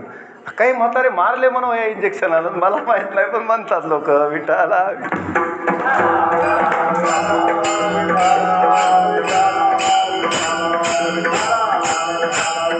पण त्यानं तसा विचार केला नाही. अभिमन्यू शूर होता, त्याची शूरवृत्ती जागी झाली.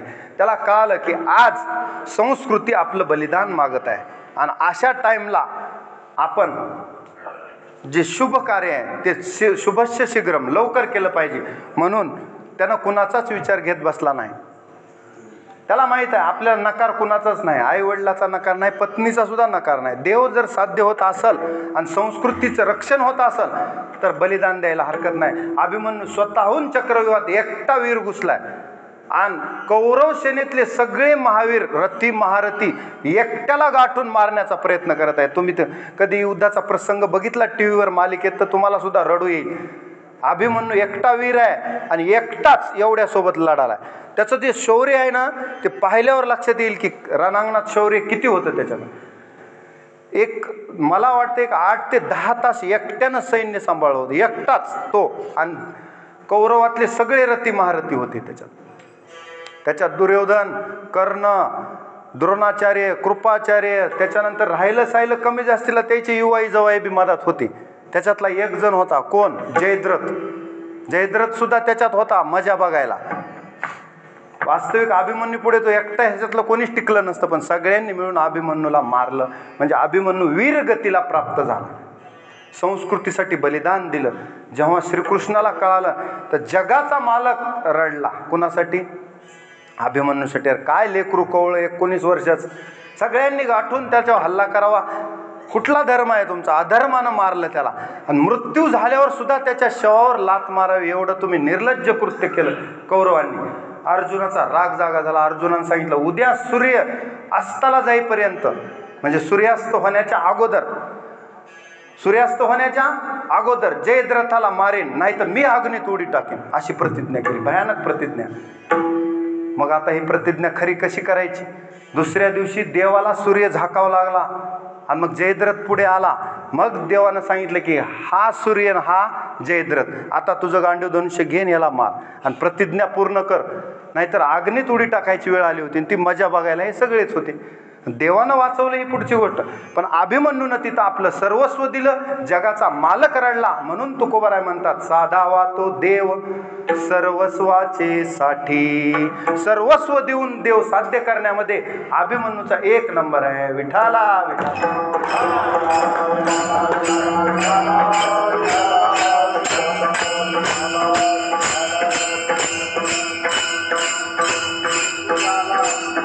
आता रामायण महाभारतात अशा बऱ्याच जणांनी सर्वस्व दिलेलं आहे, तेवढा सांगायला टाईम नाही. फक्त मी चलत थोडं सांगतो. रामायणामध्ये जटायूनं आपलं सर्वस्व दिलं, राम साध्य केला. ठीक आहे, माझी शक्ती कमी आहे असं जटायूनं सांगितलं, पण या रावणाला मी मात्र सोडणार नाही. माझ्या सीतामातेला हरण करून घेऊन जात आहे ना, माझ्यात जेवढी शक्ती आहे तेवढ्या शक्तीनिशी मी लढणार. पण दुष्ट रावणानं त्याचे पंख छाटले, पंख कापून टाकले. मग रामाची भेट झाल्यावर रामाच्या मांडीवर जटायूनं प्राण सोडला, देव साध्य केला. काय पाहिजे जीवनात? सर्वस्व दिलं. नाही तर मला काय करायचंय? कोणती स्त्री की कोणता रावण की शांत बसला का? नाही. ह्याला म्हणायचं भक्त, ह्याला म्हणायचं वीर. म्हणून साधा वातो देव सर्वस्वाचेसाठी. एवढा आपल्याकडून कोणी मागत नाही, जीव कोणी मागत नाही. थोडंसं फार तर देव काय मागेल तुम्हाला? तुमचं मन मागेल. चित्त चोर आहे तो, चित्तच मागतो खरं. बाकी पत्रम पुष्पम फलम तो हे उपचार आहेत त्याचे. सर्वस्व देण्याची कधी कधी वेळ, हरिश्चंद्राला सर्वस्व देण्याची वेळ आली होती. स्वप्नात विश्वामित्राला राज्य दान दिलं, जागृतीत खरं केलं. कुणा राजा हरिश्चंद्राने खूप त्रास सहन केला स्वतःहून, काही गरज नव्हती वास्तविक, स्वप्नातलं थोडंच खरं असते, पण सत्यनिष्ठा आहे, जागृती आहे. या रघुवंशात जेवढे राजे झाले, तुम्हाला नाव आता एवढी यादी आहे त्यांची, रघु, अज, दिलीप, हे राजे एवढे महान आहेत की त्यांनी, रघुराजा आहे, रघुराजा रामाच्या कुळातला, एक दिवशी त्यानं सर्व दक्षिणादान यज्ञ केला, सगळं साधावा तो देव सर्वस्वाच्यासाठी दिलं. आणि त्या दिवशी नेमकं गुरुकुल चालायचे त्यावेळेस, आजूबाजूला परिसरात जर गुरुकुल असलं राजाच्या परिसरात, तर त्या राजाला त्या गुरुकुलात कमी जास्त असेल तर बघावं लागायचं.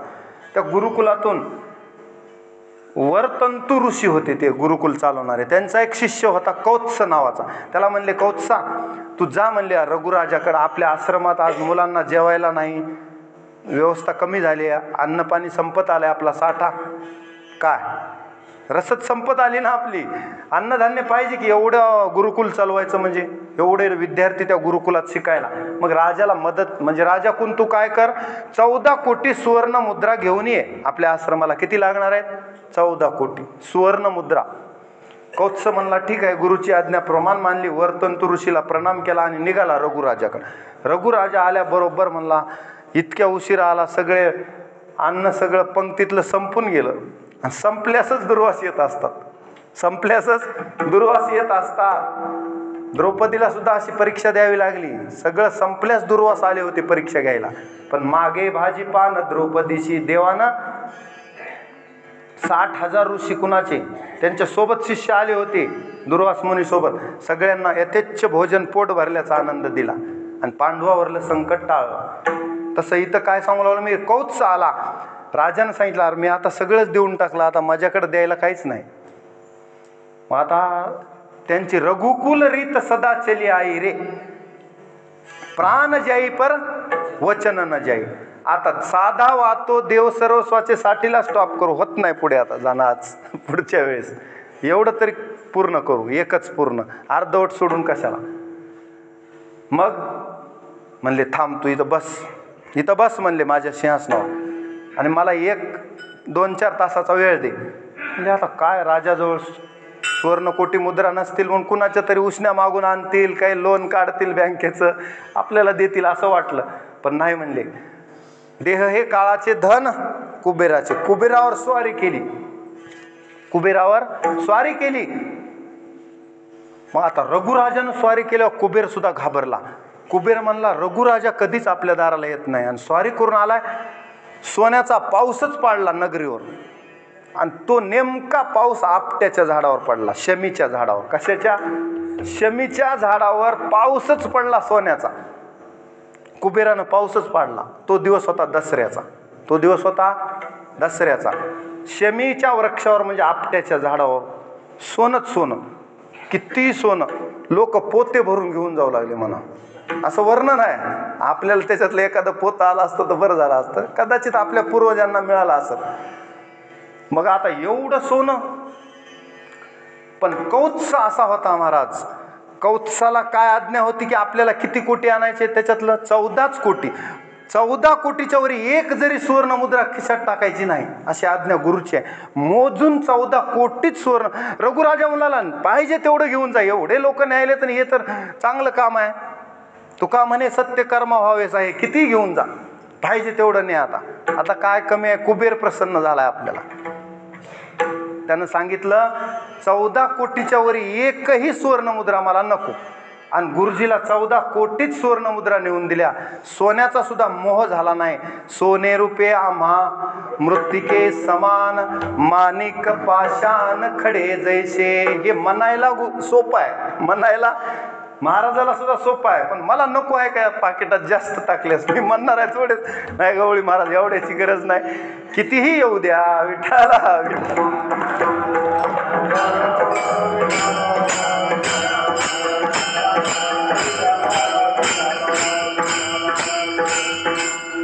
असे रामायण महाभारतात ज्यांनी सर्वस्व दिले आणि देव साध्य केला. पहा ते पांडव अखंड वनवासी, परी त्या देवासी आठविते. त्यांनी देवच साध्य केला. द्वारकेचा राणा पांडवा घरी, का कौरवांच्या घरी नाही, पांडवांच्याच घरी म्हणजे देव साध्य केला. आता पुढचं थोडक्यात संगती लावून देतो. असे बरेच उदाहरण आहेत, नंतर कधी सांगतो. एवढं तरी कळावं तुम्हाला की सर्वस्व जरी द्यायची वेळ आली तरी लोकांनी देव साध्य केला. आपल्याला थोडासा तरी मोह सुटला पाहिजे चॉकलेटचा देवासाठी. देवाच्या कार्यासाठी कमीत कमी वेळ द्या, काही वित्त द्या, काहीतरी द्या. दानाची सवय लागेल. ह्याचा परिणाम काय होईल? देव साध्य करून काय फायदा झाला? पुन्हा कोणाला वाटेल ही मूर्ख आहेत लोक. असं कुठं एवढं करून काय पदरात पडलं?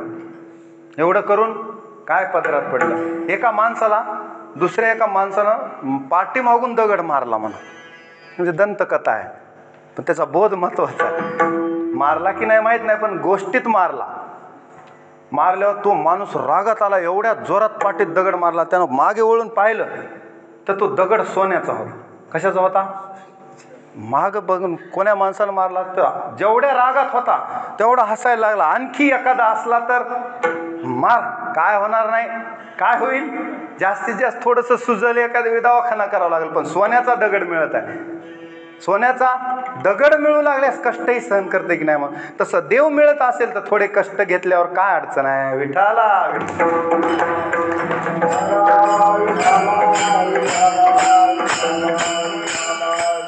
म्हणून साधा वातो देव सर्वस्वाच्यासाठी. बरं, देव आता एकदा हाताला आला, मग हरी आला हाता, मग कैसी भय चिंता. आता भक्ताला चिंता करायची गरज नाही. कशाची चिंता आहे तुम्हाला जास्तीत जास्त?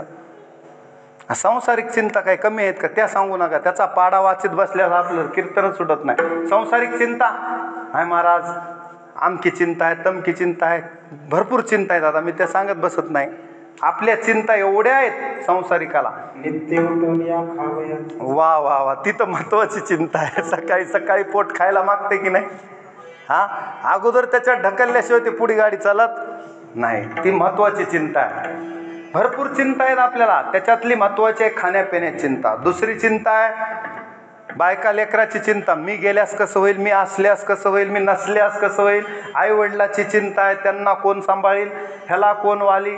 त्याच्यानंतर प्रॉपर्टीची चिंता आहे, ती राहील की नाही, वाढेल की नाही. बरं, वाढू नये, मुदल तरी जतन राहावं. व्याज नाही ते नाही, मुदल बी बुडाल्यास काय करावं, ही चिंता आहे. लेकरं बाळ शिकतील की नाही, नोकरीला लागतील की नाही, चांगल्या सुना मिळतील की नाही, का आपल्यालाच घराबाहेर काढतील. ह्या सगळ्या चिंता संसारिकाच्या. बऱ्याच चिंता येतात. अहो, शेतात पेरलं तर ते नीट आपल्या पदरात पडेपर्यंत शेतकऱ्याला चिंता आहे. कोणता रोग पडतो का, काय मध्ये लाल्या येतो का, काय त्याला आलं तर भाव येतो की नाही, सरकार आपल्या फेवर मधलं येईल की नाही, याची सुद्धा चिंता. म्हणजे आपला माणूस येतो का दुसरा येतो, ज्याचे त्यानं ठरवलेला असतो. ह्या सगळ्या चिंता आहेत. ह्या सगळ्या चिंतातून हरी आला हाता, मग कैसी भय चिंता.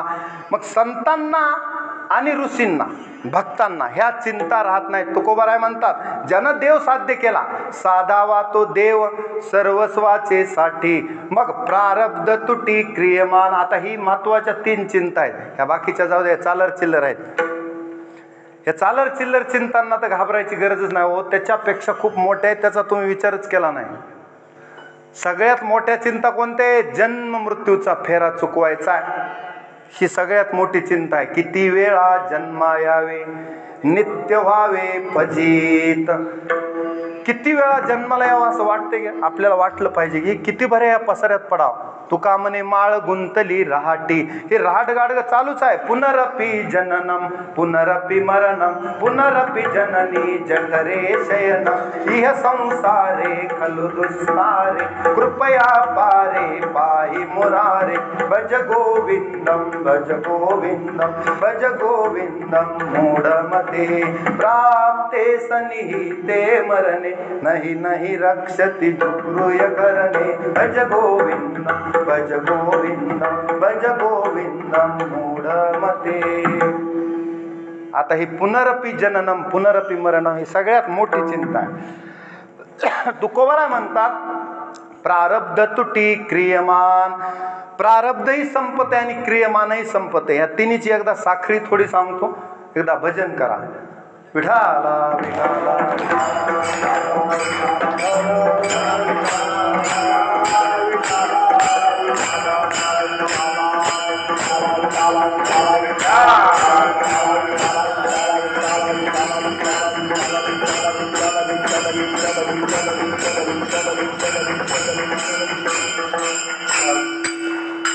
प्रारब्ध, संचित आणि क्रियमान. आता जे आपलं चालू आहे क्रियाकर्म, हे क्रियमान चालू आहे तुमचं.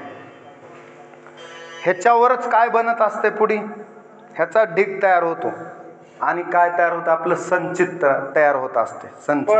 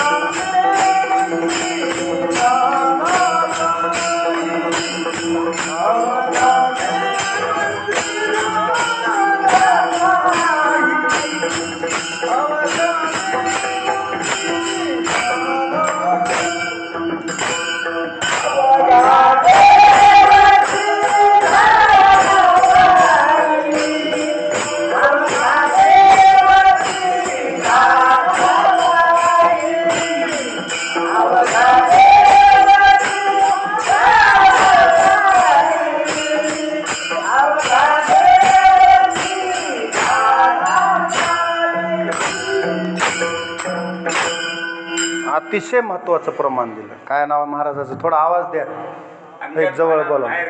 वा, अंगद महाराज माहेरकर, पाठांतर चांगला आहे. महत्वाचं प्रमाण आहे. काय सांगलं, प्रारब्ध क्रियमान भक्ता संचित नाही जाण. भक्तासाठी हे नाही, तुम्हा आम्हाला प्रारब्ध संचित त्रास देत, पण खरा भक्त या कसोटीला एकदा माणूस उतरला मग त्याच्यासाठी ह्या गोष्टी नाहीत. मग त्याच्यासाठी कुठं जातात सांगतो. ज्ञानाग्नी सर्व कर्मानी भस्मसात कुरुते तथा. ज्ञानानं तो हे सगळं जाळून टाकीत असतो, काहीच ठेवीत नाही. कसं जाळून टाकतो, आता हे तुम्ही शेतकरी आहेत, एखाद्यानं जर बीज आहे, कोणतंही बीज, ज्वारीचं, गव्हाचं, भाजून जर पेरलं, बीजे जैसी दगदली. हा, बीजे जैसी दगदली. वा, बीजे जैसी दगदली. नुगवतीच पेरी. नुगवती पेरी. पेरिले. उगवतील का? नुगवती म्हणजे उगवणार नाहीत का? त्याला काय लय उतार येईल, 10 पोते 20 पोते असलं काय होईल का? उगवणारच नाही, त्याला अंकुरच फुटणार नाही, पुढचा विषयच नाही. कशामुळं? बीज भाजूनी केली लाही, मग आम्हा जन्म मरण नाही. मग आम्हाला पुन्हा जन्म मरण नाही. हे भक्त असं करतात, त्याच्यावर प्रक्रिया करावी लागते. त्याला सीड ट्रीटमेंट म्हणतात. सीड ट्रीटमेंट करावी लागते. पहिल्या काळात आपण कापसाला ते मला वाटतं थिमेट टाकीत होती. कशामुळं? किडे लागू नये, चांगलं पीक यावं म्हणून. तसं प्रारब्ध, क्रियमान आणि संचित ह्या तिन्हीच्या फेऱ्यातून एकदा सुटायचंय माणसाला. कसं सुटायचं त्याचा मार्ग तुकोबाराय सांगतात. आपलं जे चालू क्रियमान आहे ते चांगलं करायचं, वाईट कुणाचं करायचं नाही. क्रियमान संचित बनत असतं. संचित म्हणजे ढीग तयार होते तुमच्या पुण्याचा तरी नाही तर पापाचा तरी. जसं बी तुम्ही कर्म करा, तुम्हाला मोकळी काय हो, कसंही जगा. कोणी म्हणणार आहे का? नाही नाही, शंकरराव भजनाला येत नाही, शंकरराव गाथा वाजत नाही, टिकोजीराव ज्याचं नाव आहे त्याला काय वाटतं ना, उगं मी जनरल नाव गेलो, शंकरराव, भगवानराव, टिकोजीराव, आमकेराव, तमकेराव, राव लावतो आपण. म्हणायला बरं वाटते, बायकोनं असं जोरात नाव घ्यावं वाटते राव लावून. पण ह्या रावामध्ये कुठलाच पुरुषार्थ नाही. धर्म, अर्थ, काम, मोक्ष एवढ्यापैकी एक तरी त्या रावात पुरुषार्थ पाहिजे. नुसत्या मिशा आहेत म्हणून पुरुष आहे का? मांजराला आहे मिशा आहेत, मिशा का दुसऱ्या प्राण्याला नाहीत का? आहेत ना. मिशीवर पुरुषत्व फायनल नाही. पुरुष कुणाला म्हणायचं? 4 पुरुषार्थापैकी एखादा तरी त्याच्यात दिसावा, त्याला म्हणायचं पुरुष. मग असा पुरुषोत्तम होण्यासाठी प्रयत्न करायचा आपल्याला. एकतरी पुरुषार्थ करावा. कुणा चारही साध्य केले, धर्म अर्थ काम मोक्ष, शिव देखता प्रत्यक्ष, ते मिळतात पण ते मिळवावे लागतात. त्याला म्हणायचं खरा पुरुष. काय सांगू लागलो मी? संचित क्रियमान आणि प्रारब्ध. मग आता क्रियमान जर चांगला असेल त्याच्यानुसार संचित बनत असते. कसंही असो, चांगलं वाईट संचित तयार झालं ते पुन्हा भोग द्यायला येते, पुन्हा प्रारब्ध रूपानं. कशाच्या रूपानं? प्रारब्धाच्या रूपानं पुन्हा भोग द्यायला येते. मग पुन्हा म्हणायचं नाही हे असं कसं झालं, हे पहिल्या पावत्या वाचिते. कोण? चित्रगुप्त सांगते हे तुझ्याच कर्माचा कधीच्या तरी परिणाम आहे. म्हणून केले कर्म झाले तेची भोगा आले, उपजले मेले ऐसे किती. हे कुणामुळं आले? ह्याला कोण जबाबदार आहे? जबाबदार कोण आहे? स्वतः आपण जबाबदार आहेत. दुसऱ्यावर जबाबदारी ढकलून मोकळं व्हायचं नाही. जबाबदार कर्माला कोण आहे? आपण स्वतः आहेत. मी चांगलं कर्म केलं म्हणून पुण्य रूपानं आज मी चांगलं भोगतोय, मी वाईट कर्म केलं म्हणून भोग रूपानं आज भोगतोय. म्हणजे प्रारब्ध रूपानं ते भोग द्यायला येतच. आगा कर्मी जे उरावे ते सुखदुःखी फळावे, आणि ते भोगावया यावे देहा एका. मग एका देहात नाही संपलं तर पुन्हा जन्म घ्या, पुन्हा त्या जन्मात भोगा, पुन्हा शिल्लक राहिलेलं प्रारब्ध, पुन्हा कोणता तरी जन्म त्याला अनुकूल घ्यावा लागतो. म्हणजे कर्मानुसार हे माणसं फिरायलेले आहेत. उगाच तुमच्या आमच्या गाठी भेटी पडलेले नसतात. कर्म धर्म संयोगानं मी सुद्धा इथं उभा आहे. कधीच तरी आपलं कर्म धर्म संयोगानं काहीतरी देणं लागलेलं असतं, म्हणून संयोग होत असतो. तसं म्हणून जपायचं कशाला? प्रत्येक कृती करताना जपायचं की माझं पाऊल वाकडं पडत नाही ना. आपल्या चारित्र्याला जपा, आपल्या वर्तणुकीला जपा, देवाची तरी भीती ठेवा, कायद्याची राहिली नाही. अहो कायदा सांगतो सिग्नल पडलेला आहे गाडी थांबवा, पण माणूस काय करतो? आजूबाजूला पोलीस असेल तर सिग्नल पाळतो, पोलीस नाही ना जाऊ द्या गाडी, सिग्नल तोडून जायची तयारी. पण वरचा कायदा तोडला ना त्याला फार मोठी शिक्षा असते. म्हणून पुढे आहे पुसता. आपल्याला वाटते कोण विचारणार आहे? पातके करिता पुढे आहे पुसता, काय काय उत्तर देता होशील. मग मारिती तोडीती झोडीती यमाचे किंकर बहुसाल म्हणले. मग तेव्हा तुझं सोडविता, तेव्हा तुझं रक्षिता कोण आहे? त्यावेळेस मात्र पुन्हा म्हणू नका काय हे असं कस काय हे माझ्यावर आलं. हे कशामुळं आलं? मागचा कुटाणा, जुन्या पावत्या कर्मरूपानं येत असतात, प्रारब्ध रूपानं. भोग नेते फळ संचिताचे. वा, भोग नेते फळ संचिताचे. म्हणून वाहिल्या उद्वेग, उगच उद्योग करीत बसून उपयोग नाही. असं का झालं तर रामाला, लक्ष्मण आणि रामाची एकदा चर्चा झाली होती की आपल्याला हे दुःख कशामुळं प्राप्त झालं? त्या कैकेयीमुळंच झालं असं लक्ष्मण म्हणू लागले. राग राग कैकेयीमुळं झालं सगळा कुटाणा. कुणामुळं झाला? नाही, पुन्हा म्हणले कैकेयी बी चांगली होती हो, त्यात मंथरेमुळंच झाला कुटाणा. कोण म्हणू लागलं? लक्ष्मण दोष देऊ लागले मंथरेला, कैकेयीला. राम जरा वेळ ऐकून घेऊ लागले, हसू लागले. थोड्या वेळानं लक्ष्मण म्हणले मी सारखंच म्हणालो पण तुम्ही त्याच्यावर काहीच उत्तर देईनात. राम म्हणले उत्तर द्यायसारखं काय नाही, तू जबाबदार कुणाला धरालास? आपण वनाला आलो त्याला जबाबदार कैकेयीला मंथरेला धरू नको. सुखेपी दुःखेपी नकोपी दाता, हे रामाचं उत्तर आहे. सुखेपी दुःखेपी नकोपी दाता परोददाती कुबुद्धिरेषा, हे आपल्याच कर्माचा परिणाम आहे. म्हणून कर्मे रावण क्षयो पावला, वियोग घडला सीतादेवी. कुणामुळं? नाही कैकेयीमुळं, अजिबात नाही. कुणामुळं? आपल्याच प्रारब्ध संचिताचा परिणाम आहे. वा, न लगे देवासी रुसावे मनासी पुसावे काय केले. किंवा एक परियेशी गव्हारा सादर आहे. आता मनाय टाइम नाही, खूप गोड आहे त्याच्यात. परियेशी गव्हारा सादर, कर्मे निर्वंश झाले सगर, भिल्ले विंदिले शारंगधर. नीट आहे का? यादीच दिली आहे त्याच्यात ज्ञानोबरायनं. बिल्ले विंदिले शारंगधर, झाला पुरंदर सहस्त्र नयन. त्याच्यात पूर्ण यादी दिली आहे. कर्मे दशरथ वियोगे मेला. पुढे त्याच्यात खूप दिले. आणि पुन्हा कर्माते शंभू मानी आपण, शेवटी ज्ञानोबरायानं सांगितलं की भगवान शंकर सुद्धा कर्माला मानतात.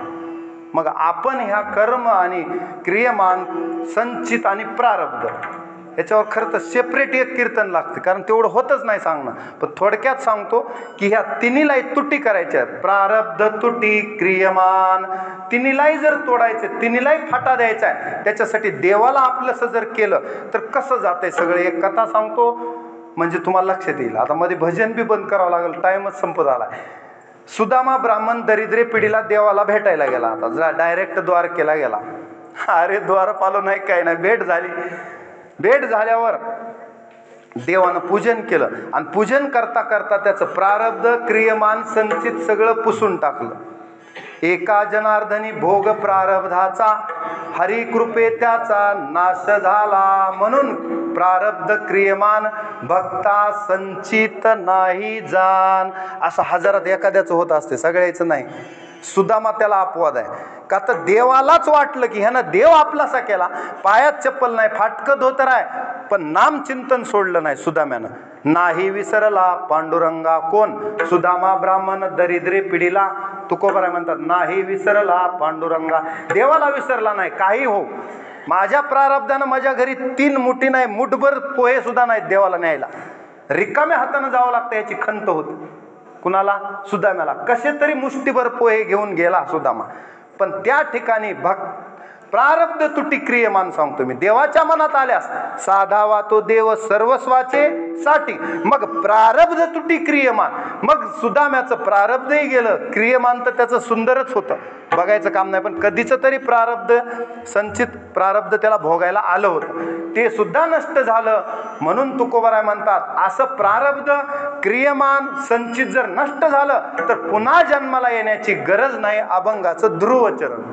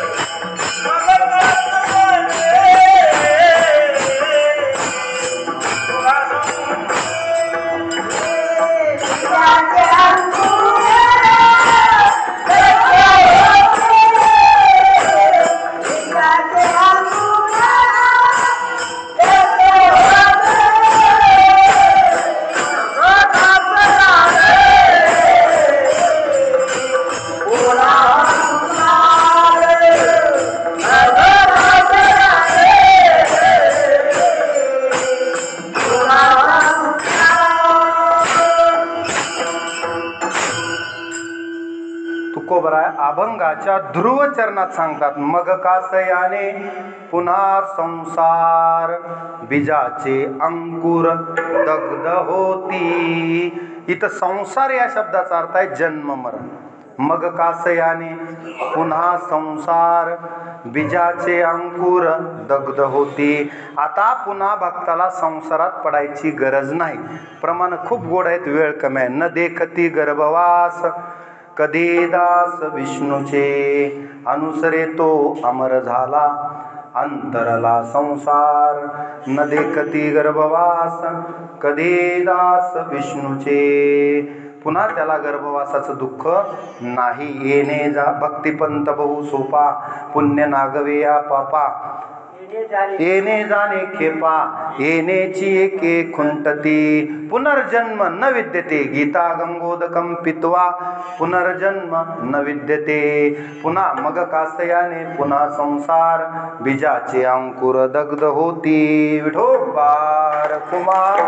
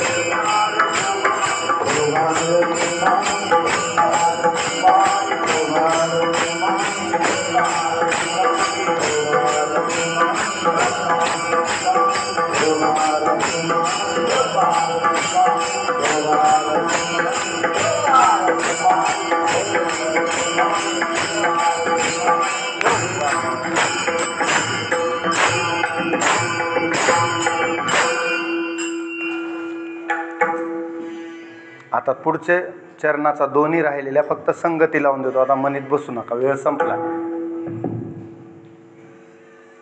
ह्याचा आणखी पुढच्या एका ह्याचा अर्थ राहिला मग कासयाने पुन्हा संसार. आता त्याला संसार म्हणजे जन्म मरण नाही. बीजाचे अंकुर दग्ध होती हा काय प्रकार आहे तुम्ही म्हणाल, त्याचं काही सांगितलं नाही महाराज. बीजाचे अंकुर दग्ध होते. आता कोणते अंकुर, बीज कोणतं आणि अंकुर कोणते आणि ते नष्ट कसे झाले. कर्मरूपी बीज आहे आणि कर्मरूपी बीज भाजलंय. भाजल्यावर शरीररूपी अंकुर पुन्हा त्याच्यातून फुटणार नाहीत. पुन्हा नवीन शरीर धारण करण्याची गरज नाही. नाहीतर नवीन शरीर धारण करून प्रारब्ध भोगायला लावते.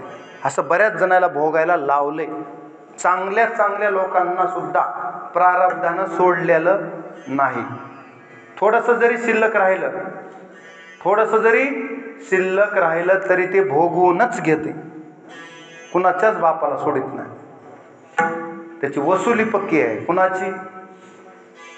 कर्माची वसुली. गहना कर्मणोगती, त्याची वसुली एवढी पक्की आहे.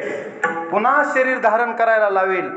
कोणत्याही जन्मात येऊनीत जावं लागल, कुठेही भटकावं लागल. अहो त्या नल दमयंतीला सुद्धा वियोग सहन करावा लागला. असे बरेच उदाहरण आहेत प्रारब्धाचे. त्याच्यावर पुन्हा नल, युधिष्ठिर, राम यांची एवढे हायस्ट उदाहरण आहेत. बाकीचे तर किती पुराणात उदाहरण आहेत. अनेक कथा आलेल्या आहेत प्रारब्धाच्या अनुषंगाने. पुन्हा पुन्हा फिरावं लागते आणि पुन्हा पुन्हा फिरणं हे एवढं अवघड आहे. भवऱ्यात सापडल्यासारखं आहे. गंगेत जर भवरा असला, माणूस म्हणते कुठेही सापडावं पण भवऱ्यातून पुन्हा निघता येत नाही. पडिलो आवर्ती भोवरा, पुन्हा तिथून सुटत नाही. सुटी जे हे नाही वर्म ठावे, पुन्हा तिथून सुटता येत नाही. कुठून? किती जन्म झाला फेरा, गणित नाही जी दातारा. पडिलो आवर्ती भोरा, बहु थोरा ओळसिया. हे सांगायचं होतं मला. म्हणून त्याच्यातून सुटका करायचा एकच मार्ग आहे. आपुला तो एक देव करुणी घ्यावा, ते नेविन जीवा सुख नोहे. म्हणून प्रारब्ध तुटी क्रियमांतर झालं, पण बीजाची अंकुर दग्ध होती. कर्मरूपी बीज, शरीररूपी अंकुर पुन्हा त्याला फुटत नाही. आणि एकदा ते दग्ध झाले, पुन्हा पुन्हा माणसाला फिरू या संसारात पडायची गरज नाही. फजिती कमी आहे का संसारात? आपल्याला वाटत नाही, वेगळी गोष्ट आहे. अनेक जन्मात बहु पांगविलो, बहु नागविलो, बहुत दिवस झालो कासावीस. अहो तुकोबराय तर म्हणले अवघे करीती हाड हाड म्हातारपणी. त्याच्या पुढली अवस्था कागा सासुरवासी मज केले भगवंता. आपुल्या सत्ता स्वाधीनता ते नाही. तुकोबराय एवढं म्हणतात की मरण भले परी काय अवकळा आहे संसाराचा धाक निरंतर आमाशी. आता ह्याच्याहून हायस्ट काय? संसाराचा धाक निरंतर आम्हासी, मरण भले परी काय अवकळा ऐशी. असली अवकळा ह्या संसारानं आणली. म्हणून पुरे हा संसार कर्म बळीवंत दुस्तर, राहुने स्थिर एके ठाई निश्चळ. किंवा बहुत व्हाविले दूर असं एक प्रमाण आहे. खूप जणाला यानं त्रास दिलाय संसारानं. बहुत व्हाविले दूर न लगेची तीर पैल थडी. पैलथडीला गेलेच नाहीत माणसं. तुम्ही म्हणाल चांगले चांगले महाराज सुद्धा, चांगले चांगले संत, साधू संत, ऋषीमुनी सुद्धा कुठंतरी अडकतात, कुठंतरी वासना घालते. काहीतरी होतंय जडभरत राजासारख्या एवढ्या ज्ञानी माणसाला सुद्धा वासना घालते. प्रमाण म्हणू नका. बऱ्याच जणांना कुठंतरी काहीतरी पाणी मुरल्यावर पुन्हा जन्माला यावं लागतं. म्हणून तुकोबाराय म्हणतात सावध राहा, ह्याच्यापासून सावध राहा. आपला आपला देव एक करून घ्या आणि मग जीवानं सुख अनुभवा. काय करा तुम्ही? तिसऱ्या चरणात एवढं सांगतात, म्हणू नका जिने दिले त्याशी द्यावा पिंडदान. एवढंच करा म्हणले. आता ज्यानं जीवन दिले ना, तो जीवनच त्याला पिंडदान म्हणून द्या. पिंड पदावरी दिला आपुली करी, माझे झाले गयावर जन फिटले पितरांचे ऋण. तिकडे 2 गया आहेत, बौद्ध गया आणि पितृगया. पितृगयेला जाऊन जर पिंड पाडला तर पुन्हा आपल्या इकडं पित्र करीत नाहीत, म्हणजे म्हाळ. अशी एक प्रथा आहे. कारण का? माझे झाले गयावर्जन फिटले पितरांचे ऋण. पण श्राद्ध घातलं तरी काय अडचण नाही, तिकडून जाऊन जरी आलं तरी, पण तशी एक प्रथा आहे.